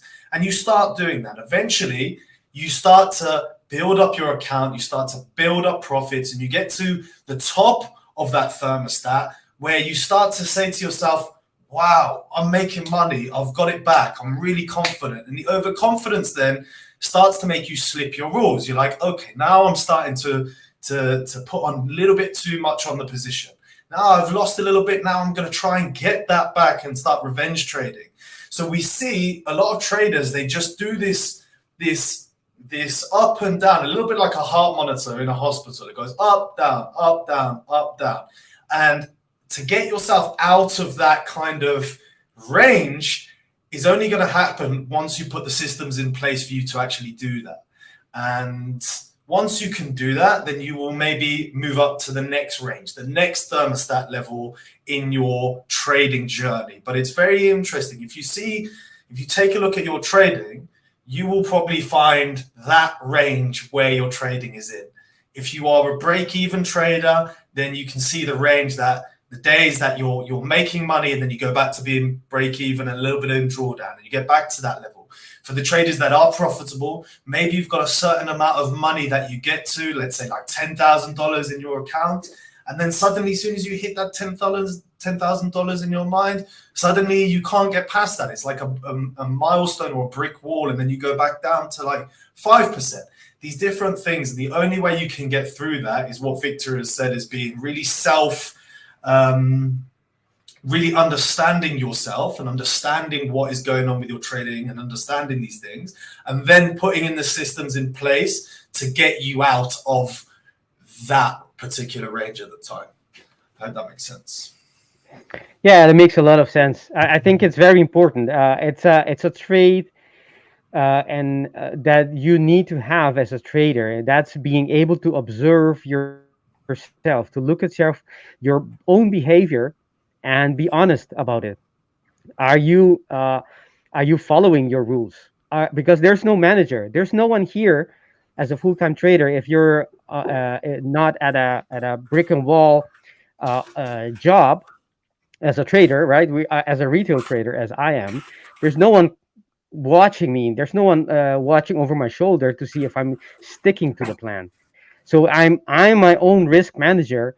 I'm my own boss for the good and the bad, like the advantage and the disadvantage of that. And the biggest disadvantage is that there's no one that's going to tell me anything. It is it's a meme. Trading is something that you have to be dealing with yourself, with your shortcomings constantly, because and that's something you need to develop as a trader. Be able to be critical of yourself, be able to reassess, okay, I'm deviating, I'm doing something that I didn't do in my back testing, and ask yourself, why am I being overconfident? Am I reacting because I'm losing? uh, uh, and being doing too much, not good. Being too little, not good. So you got to have that balance, and it takes time. It takes time for you to develop those skills. But there's no other way around it, because you're the one executing the plan. And if you're executing it as the one executing it, you can make or break your technical edge. You can have all the edge in the world, but if you can't execute it well, you're not going to be able to benefit from it. Yeah, and I think you also mentioned, you said journaling, and to look for those not entry triggers, look for the triggers of your bad actions, basically. So what makes you stressed? Because so for me, I think the problem that I've identified in my trading is different type of stress, right? So if I'm over trading, it's because I'm stressed for different reasons. If I'm taking an impulsive trade, it's stress and some type of stress. So what I find works best for me. So first of all, journaling is crucial, right? So it doesn't matter exactly how you journal, but what I find is very important is, have a journal where you put in your trades and also the notes of your trades. And there's nothing wrong with having a pen and paper journal where you actually write down your thoughts and like have a conversation with yourself. Like when you're about to take a trade, have a pen and paper on your desk when you're about to take a trade, and just write one sentence on why you want to take this trade. Because sometimes explaining the reasons for yourself or somebody else. I mean, I've done this in this I don't know what that comment was all about, but sometimes in the live streams here, I explain a trade, and while explaining it, I'm like, yeah, this is a very bad reason to take this trade, right? So sometimes explaining the trade for yourself gives you reason not to take the trade, and also kind of write down your emotions around the trade. But if it's some of the most important things that I found is you want to look at so we all know that the majority of traders fail, right? 95% of everyone that kind of tries to become traders, there's this saying, 95% of traders lose their account in 90 days or something like that. And I'd say the number of 95%, it might even be higher. So look at what most people are doing, right? And then try to not do those types of things. So we know that one of the biggest problems is over trading and trading based on impulsive decisions. So over trading, very simple to overcome. You have a max number of trades, and that max number of trades should be based on your back testing. Okay, so if you're back testing and you've seen that the market usually gives you 3 trades per day, so you know that if you take more than 3 trades per day, you're over trading. So your max number of trades per day should be 3. When it comes to taking impulsive decisions, if you have a system that says only take a trade based on this and that close of the 1 hour candle or the 4 hour candle, then if you're only going to take decisions based on that, you're limiting your decision making, right? And the fewer decisions you make, the better. in trading. And then finally, what I find works very well for me is, what's up, Alex?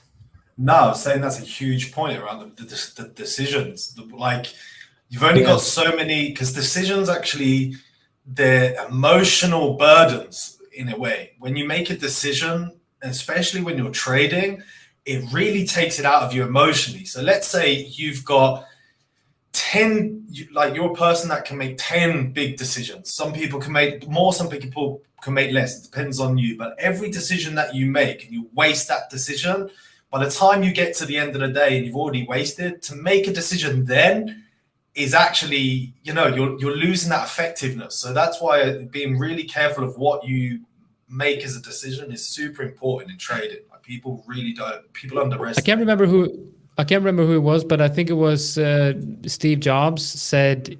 I think it was Steve Jobs that says like he only has one outfit, like gray shirts or something like that, because he wants to save his decisions for big decisions. He only wants to take few big positions each, and not positions, decisions each day.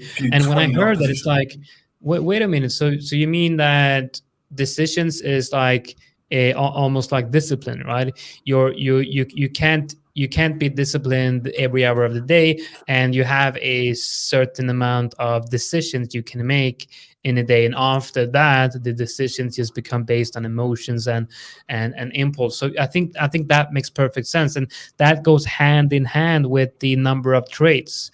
So if you know that your system can only give you 3 trades a day, well, if you're only going to take 3, Jeff Bezos probably.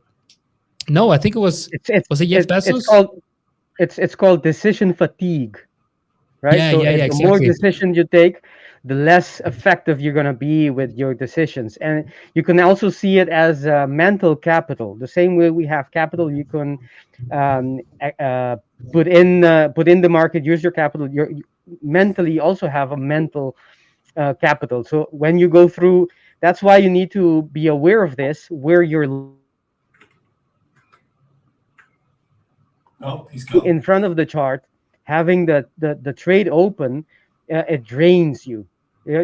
All the ups and downs, all the emotions, it drains you. And at a certain moment, if you go through that threshold of your mental capital, you're going to be starting doing those decisions poorly. You're going to be acting upon emotions, because you've already in the trade so long, all day waiting for this, and it is that's something very real that you need to be aware of. Mental capital and decision fatigue. And there's important. There's more to the decision making than just entering trades. We have first you. And of course, another thing we forgot to mention is trade planning, right? So what I find is huge thing for me. Like, I honestly, like, I've went through many different ways of trading throughout the years, and I mentioned this in live stream as well. I always come back to what I feel feels best for me, right? Not necessarily what works best, but what feels best. And I'm of the idea that if a certain trading style feels good, it's probably going to be long term working out best as well. So what I find, like I really want to be a scalper, but it doesn't feel right for me to be a scalper. Whenever I'm on the lower time frames, whenever I'm scalping, it just feels wrong. And it's like, I don't want to be a swing trader, but when I'm moving slowly and I'm basing my trades on a 4 hour, I'm in a flow, right? I feel like I'm moving slowly. I can be whatever you want to be. So you can call me whatever. That's okay. Anyway, so like whatever. I feel like I like to move slow in the market. I like to do my plannings on the weekends, and I like to only take the trades based on what the plans are.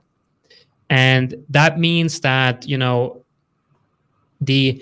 the price action might look very different throughout the week, but I feel like having that high time frame structure and that overview, and just waiting for the levels to get hit, and then waiting maybe several days for that level to get hit, I kind of cultivate a level of discipline and patience needed. So it's like having the right approach that fits with your personality is so very important. And you will know when you get it right. Like it kind of clicks, Like when I started trading, I was all over the lower time frames. I scalped, every day. And even though I made some money doing that, as soon as I started swing trading and I, held a position for several days, I just had a much more calmer approach. And I think that's super important.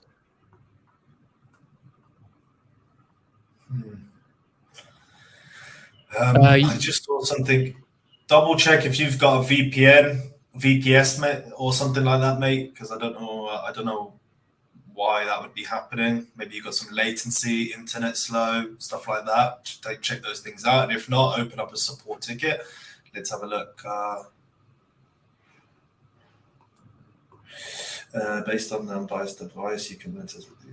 So what I'm saying is, and by the way, EU is moving higher here. But what I'm saying. By the way, Jonathan, I thought your answer was very romantic. I can be whatever you want. David Attenborough of trading. That's what we're calling him. we gotta make a short out of that. In Swedish, so in Swedish it's pronounced Jonathan, but in English, obviously it's Jonathan, and Jonathan is Swedish, but it's not his Swedish name, I guess. And you're doing the voice. Yeah, you're doing it great, man. Voice? What voice? I'm not doing a voice. You're doing the low voice, doing it slowly. I think it's doing it slowly. Oh, God damn it, dude. I don't know what the hell you're talking about, though, but yeah. Yeah, all right, 3 minutes and we're all rich. So can we I'm just gonna switch over to my screen here. So USD JPY is actually showing a great structure here. So we have a somewhat of a range here.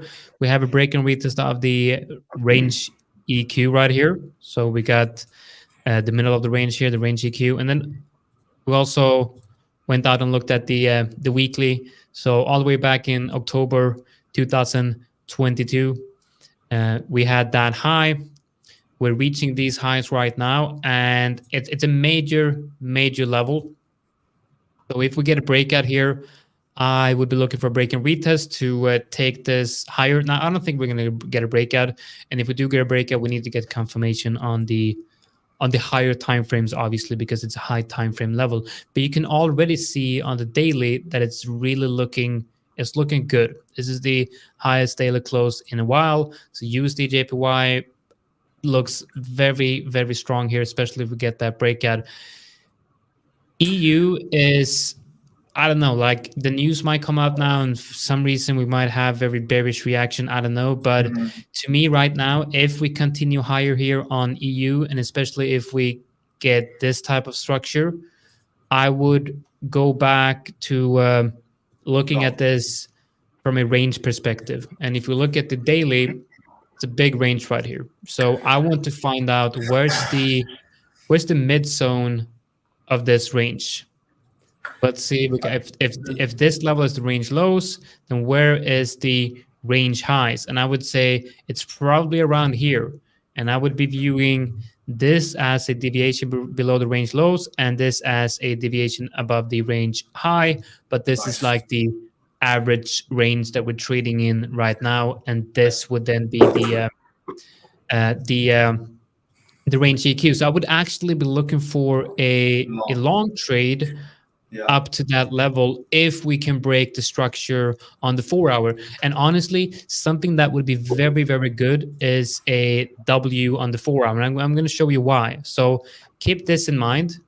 You see this? What am I doing? Same kind of thing on the pound. I was literally just looking at on the pound, being in the exact same thing. Look at that double bottom on the 4 hour. Happened on a major high time frame level. If we can get a double bottom on the 4 hour, then yeah, this would be a buy. Down here would be just a beautiful level to buy EU. And it kind of, so it goes against my short idea. But before I talked about your short idea is still in. If you're looking for a double bottom, you can still short that. Yeah, because I can still short it. Look at that move. Look at that move. Oh wow! Look at that. What? You know what I'm saying? Like set and forget. I'm saying like set and forget. And then I see that and I'm like, so much for set and forget, huh?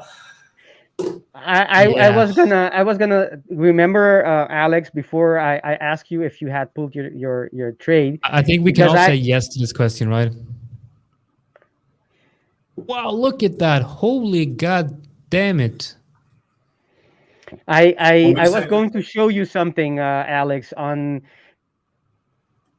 if we could show my screen. I was looking at something right before. Let me go. It's on EU before, because we were considering taking it off, right?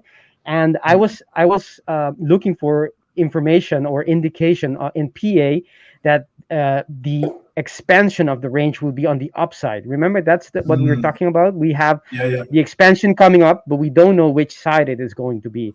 And one of the indication was can we outside bar. About this? And I'm really sorry for interrupting, and especially apologize to Fernando, but can we just take a moment and have a quiet moment for Alex's position that he closed? Bastards.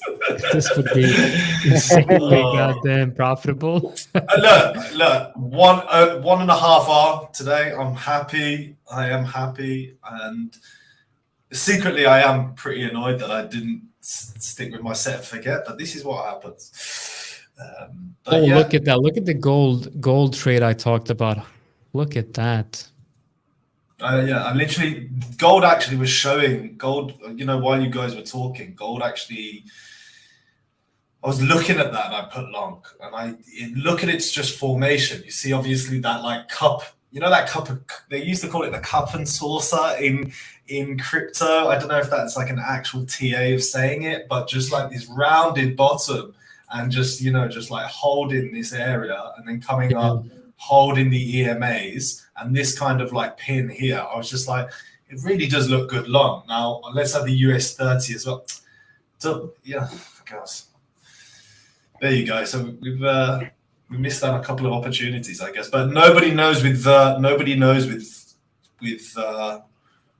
okay, and I forgot about my short position on near, and now it's just gone straight to my stop loss. Gosh, great. So there you go. We're right on something. We're right on one thing and then wrong on another thing. Absolutely fantastic. Super annoying. By the way, did you say cup and saucer? Cup and saucer, yeah. It's a cup and handle. Cup and handle. Thank you very much. Yeah. So you're switching back here. I want to just I've just talked about how we have a potential breakout on USD JPY. Now, resistance acting as resistance got rejected, and EU is absolutely flying right here. So the short idea, happy that I didn't get into a short here and waited for that confirmation. And now we are seeing the plans I did on the weekend is we're seeing something completely different right here. So I think I need to kind of go back to the drawing board and fucking GBP USD. God damn it. This is not what I wanted to see. Okay. Revenge trading activated. So actually, guys, I took 3 trades this week, and the first trade was a trade on GU where I entered, I believe, around this area. That one got stopped out, and then I entered this trade. And I remember writing in my journal, the first trade on GU was not a optimal trade because it was not on a high time frame level. So one thing I told myself this weekend was only take trades that are hitting high time frame levels. So that could be a low time frame entry, but it needs to happen on a high time frame level. And looking at the 1 hour, this was a really, really good trade because it hit that high time frame level right here, and I entered based on the 50 minutes. So this is a picture perfect trade. So the first trade was not according to plan. The second trade was according to plan. And then we can look at EU. I took a trade this morning on EU. I believe I took a short, and this trade as well, not according to plan. I'm not saying they're bad trades, but they're not perfect trades. So what's interesting here is if I go to my journal, I have noted them as 2 trades not according to plan and 1 trade according to plan. So the interesting thing here is if I only would take the trade that was according to plan, I would have had 1 trade and I would have been up 4.2R. So the lesson here is be patient, wait for the perfect trade, and take less trades. And that's kind of like the lesson I'm taking with me on tomorrow and most likely over the weekend and into next week. So fewer trades, better trades is like one of my biggest tip for new traders. Collins is shouting at me. I didn't see the comments, man. I don't. As much as I look at the comments to pull them out on the screen, when I'm in a trade, I'm focusing on the trade. Unless I like this one. This is the best. Enable my mic. I don't think we can. I don't think there's a way to do that. Is there a way to do that? Yeah. Nice. Come on here and scream to Alex like yes. Nice. Congratulations. Nice. I know. I think there was a couple of people were long and they were just waiting to go. So a couple of people got some really good. I think Leo was long, wasn't he? Okay, that's it. Yeah, baby. That's what we like to see. I am absolutely gutted on my short on crypto since it was. So Abe is saying after show. Do we have an after show today? I'm not going to be able to join though. But are you guys doing anything? Ooh, we do have an after show. I just need to see if I can get a Discord from my computer, from my in-house computer, which it should be able to be. It should be fine. Yeah. So guys, come to the after show definitely. Giveaway. You do the giveaway. Yeah, let's do the giveaway. I'm gonna be back in just a minute. So if you can just post the link, and we'll get the. I didn't decide today on the code for the giveaway. Jonathan did, but it seems to be it doesn't seem to be it doesn't seem to be the right one, because it did not dump. It actually, in fact, pumped, baby. It pumped big time. So EU dump. Yeah, actually the EU pump. It's a bit too late with the giveaway. I'm sure if we had a giveaway earlier, we would at least had a chance. All right. So could you post the link in the chat? Yeah. All right. Yeah, guys, you don't need to put EU pump. Do you want to just Yeah, I'm going to take care of that. I'm going to take care of that. Why? No, there's probably new people still in here. That's fine. Yeah. No need to do your dump, but we're going to go through some questions, Victor and I, while Jonathan does that, and while it's actually quite interesting though, Victor, because you told me hold on, but still something maybe with that fear of giving back the profits that I already made kind of crept in there. Definitely crept in. So that's really interesting. Really interesting to see. I can show you the reason go for it. Look at that candle.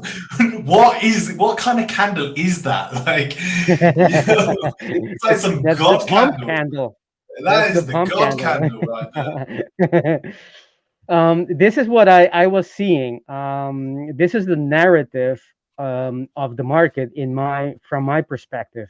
If we look at the H4, we had that. Remember, at the beginning of the day, beginning of this YouTube session, I said or somewhere in the middle. I said we have only 22 pips in the range of today, and the ATR is about 50 something, 52. So I already know that should give us an idea that we still have on average about 30 pips of expansion. We didn't Mm, know which side it's going to be because yeah. there's no way to predict the market. However, the market formed an Asian session. It's a little bit difficult to see. Let me change the um, this graph, which is much more clean. We had that outside bar. That's what I was Mm, trying to explain. We had that first sign on the H4. yeah. Then we had a another or engulfing that closed while we were in this session, right?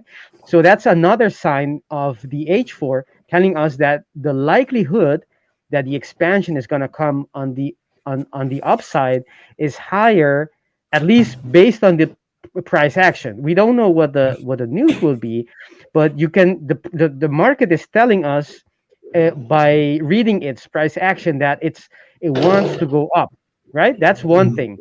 And then we had if we go to the lower time frames, it went and stopped right there at that H4 order block, right? And I mhm, was saying, well, this is a good place to take my target since this is my to me this is my first trouble area, so I yeah. want to be out here. However, I still know that there is that expansion coming up, and what I was looking for, the narrative of the market to see what is it telling us.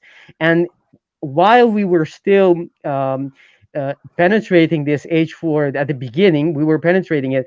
The order flow on the H1, for example, was bullish, was nicely bullish, perfectly bullish. You had a new order block being formed, another one being formed, fresh order block, and that is telling me, since I only look at order blocks, that the market has a bullish order flow. It is forming those bullish structures. So that's Mm, another. Not only on the H4, it was telling us that the likelihood of it going higher was quite high, but also on the H1. And there was another thing. And let me mute myself for 5 seconds. I'll be right back. bless you. Oh, too late. No, it wasn't a sneeze. It's a Oh, it was cough. a cough. If you look at this, yeah, it was a cough. Um, what did the market do as it came the first time around, um, close to this H4 order block, right? This is the reason why I had my TP there. What did it do? It formed a 30-minute bearish engulfing, right?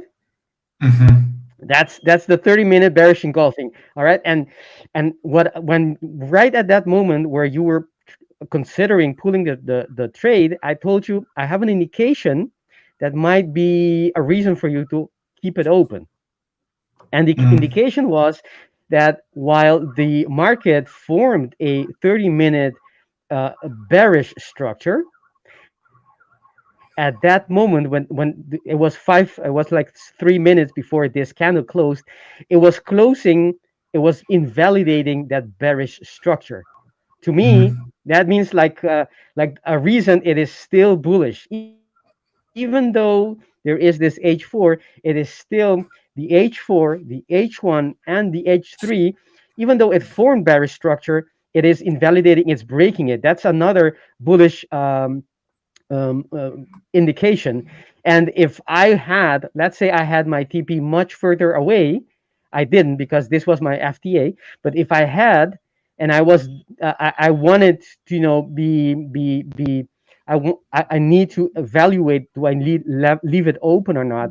That 30-minute, even though I don't use it normally for my entries, that 30-minute was giving me a sign that I should at least leave something open, because the probability, yeah. the market is telling me in different frequencies, H4, H1, M30, that it wants to go up.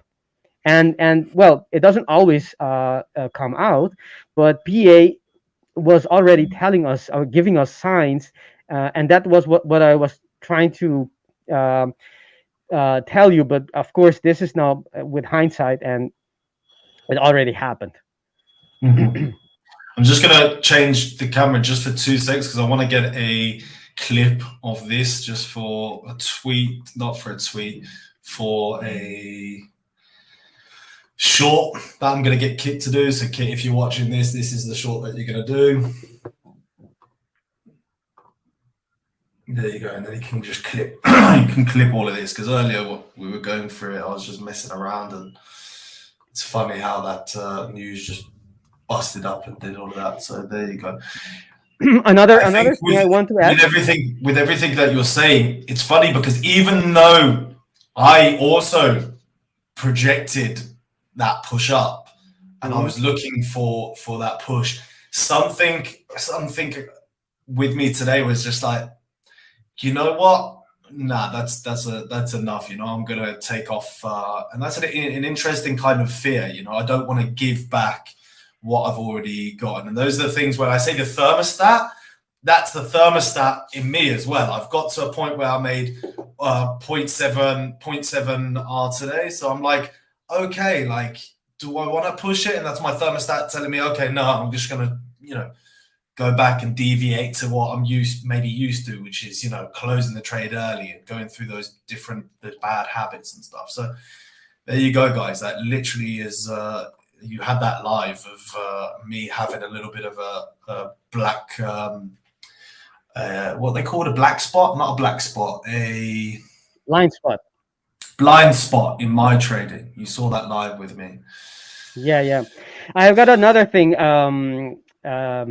Jonathan, you asked me why do I use that ATR, because we still don't know the direction that the market is going to go. And excuse me, guys, I gotta mute my mic. Yes, the reason is it's one half of the formula, or what you have to do. It's knowing that there is still room for an expansion today, and the combination, the reading of the narrative of the market, which one will be more likely to be the side that is going to be expand on. So when you combine those two, then you can use, okay, it's more likely, at least from the PA point of view, it's more likely to expand on the upside.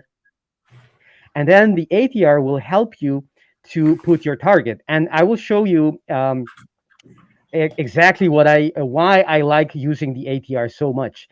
Look at this. This is the ATR on the daily.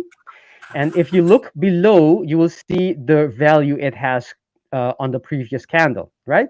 I try not to use this candle since that candle hasn't closed yet. So I will use the candle, the previous one, which is 52.8. Okay. When we were talking, price was, let me get this straight. Price was at this level, which was 787. Okay. So at that time, at we were here 787, right? Let me mark this with a level so you can know, okay, we were at this level, right? And if you look at this, there are more ways. Hold on. There are more ways to put your target, but how do you know? And this is very important, I think, for many traders. How do you know where to put your target? Do you have any? How do you assess if your target is adequate or not? If it is probable to be hit or not? And that is where the ATR can help you greatly. Look at this. If you know you already, this number, that 58, that's this number that we can read below, that number we already had at the beginning of the day. So it's something you already had, that information, right? And if you combine that with the PA, with your PA that you can read on the H4, H1, M30, etc., you can measure from the low of the current low at that moment of the day. And what was it? 52.8. And you can, that on average, let's look 52.8 on average, that would be where the market would expand to. And if you were to put, this is 17.1, If we go to a lower time frame, and let's see where it is, which is the low of the day. That is this. So we measure that. Of course, this is we have a huge reaction of the news, so this can expand even more. But even if you don't consider that, 52.8, right? That is this level, 17 exactly. If you had put your TP there based on the ATR, right? Let me get that TP marking. Let me put that in TP. If you had put that as your TP, you would be perfectly. News would come out, and it would hit. You're out, and done. That's why I use the ATR, because on average the market listens, or it's the average of the market. And you have this. To me, I don't use indicators. Someone in the chat asked if I have indicators on. I don't use any indicator except for the ATR. To me, it's very, very powerful, telling me if the my TP is probable or not within a certain period. You can use it on the daily, but you can also use it on an H4, or H1, right? If you're very close to your TP and you think the time of the day, it's time is running out, and you look at what is on average what the H1 can do, then you have a good idea where you can put your TP and assess if it is adequate or not, if it's probable or not, it is going to be hit, right? Any other TP above this level, right?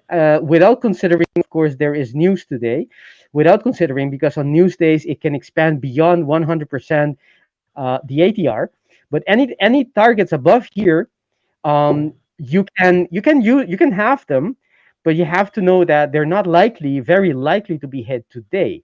So if you have them, that means that you by putting them there, you already are assuming that the market, you will be having an overnight, and you will be it's a swing trade. So you need to know that in advance. If you have your TP up there, that it's likely something that you're going to be leaving open today. Are you willing to do that? Does it make sense in other um, considering other things? Does it make sense to leave it open? And does that go with your personality? Some people cannot have that. I'm one of those. I don't perform well leaving the trade open, right? So if you the ATR to me is very extremely powerful. Yeah, definitely. I Okay. think I've seen a lot of traders use the ATR, and I'm actually considering to add it to my process, kind of test it out. Now, I mean, today is just the perfect example of how prices move straight to that. Basically just fill that range. So yeah, I think. And again, I'm seeing a lot of good traders are using the ATR in their trading, and it makes sense. It does make sense. I want to find an indicator that shows the ATR. Now I know there's a few, but I like the ones where it's almost like a Bollinger Band, right? You have the low ATR and the high ATR on the screen, so you don't have to do the calculations yourself. I can show that. I've got NIMF FX daily ATR. Don't know if I can. I'll type it in the chat because it's an actual really good. It just gives you the lines and it does it super easy. Are you on TradingView? If you just type into the indicator NIMH FX. What is it? NIMH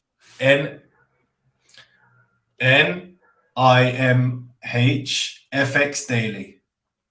Okay, this one? And it's the 80, yeah, that's all. Oh, you got too many indicators on. That's a good one. By the way, for the guys, I've just done the giveaway, so I've opened up how the giveaway works. You've all entered in. I've gone on to Gleam. I've clicked pick the winners. We've got 12 winners from today because obviously we had 600 likes. So we've got 12 winners. I'm just going to put them now on a note so you guys can all see transparently who's been given the giveaway. So bear with me 2 seconds. I'm just going to write all of that down, and yeah, there you go. So that's what. By the way,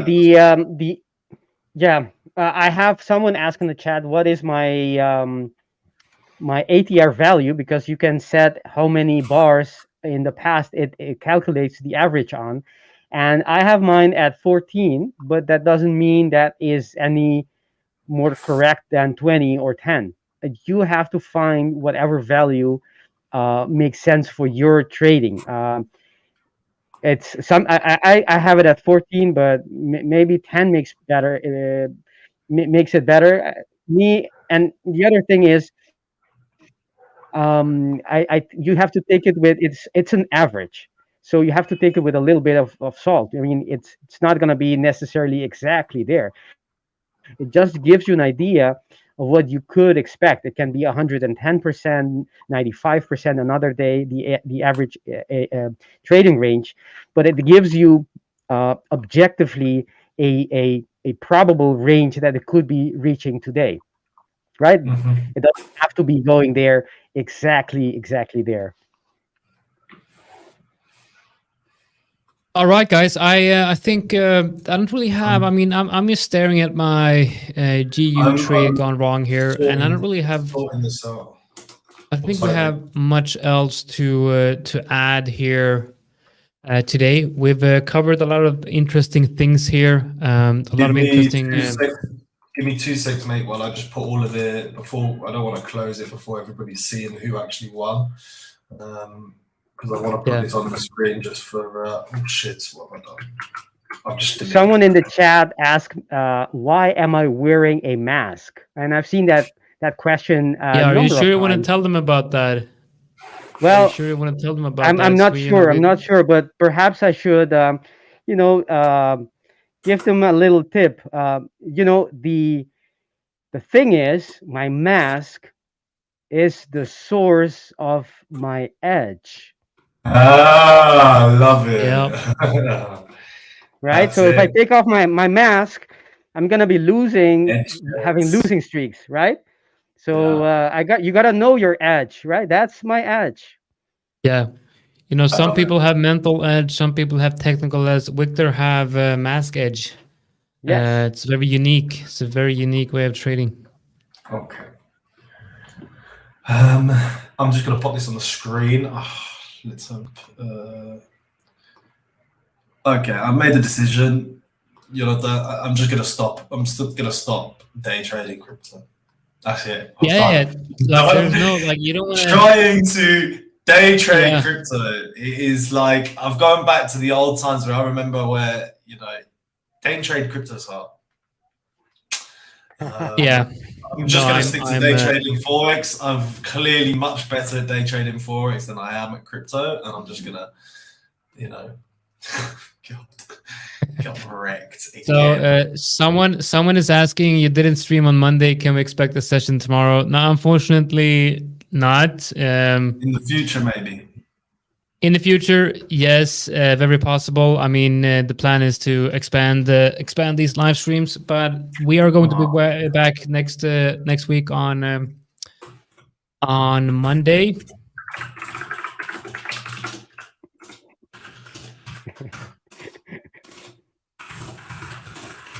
Is it just me, or is it really small? That's what she said. Hey, there you go. I shall want myself. Wrong stream to be saying jokes like that. I keep forgetting. Okay, I'm gonna just turn my screen off and I'm gonna put it on a bigger one because I literally cannot see myself. I'm looking at it. So give me 2 seconds. How? Okay, I'm not putting that up. Alex, sometimes you had to read the comments, not out loud. No. At my reading level, picture books, man. So you gotta read out loud. Remember at school, you're like, the dog went to the cat, and the cat, so it's like that. I'm simple. I just look at charts and I can read them. With words, I've got to speak it out loud. I've got some dude, like the GU traded. Man, it's God damn it. It's quite like, what are you annoyed at? Are you annoyed at like the way that you read the market, the way that you executed? Like, what are you annoyed at? I'm annoyed that the only good trade this week was the trade that I micromanaged and got stopped out from. Fair enough. I'd be pretty annoyed at that as well. So I've got no way. Yeah, it's like I took one perfect trade, and I moved stops to entry, and I should have stopped at that. There. I shouldn't have made that decision to move stops into profit.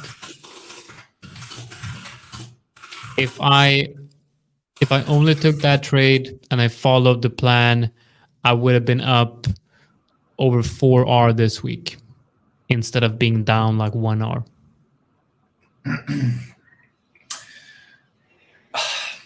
What can you say? No comment to that, yeah? Do you know what? Like, what can I say? And do you know what? As soon as I got out, stopped me out of that position, now it's absolutely tanking again. And it just, crypto is just ridiculous, man. Seriously. Absolutely serious. It's just ridiculous. It is ridiculous. All right, there we go. There we have it. Yeah, that's the winners.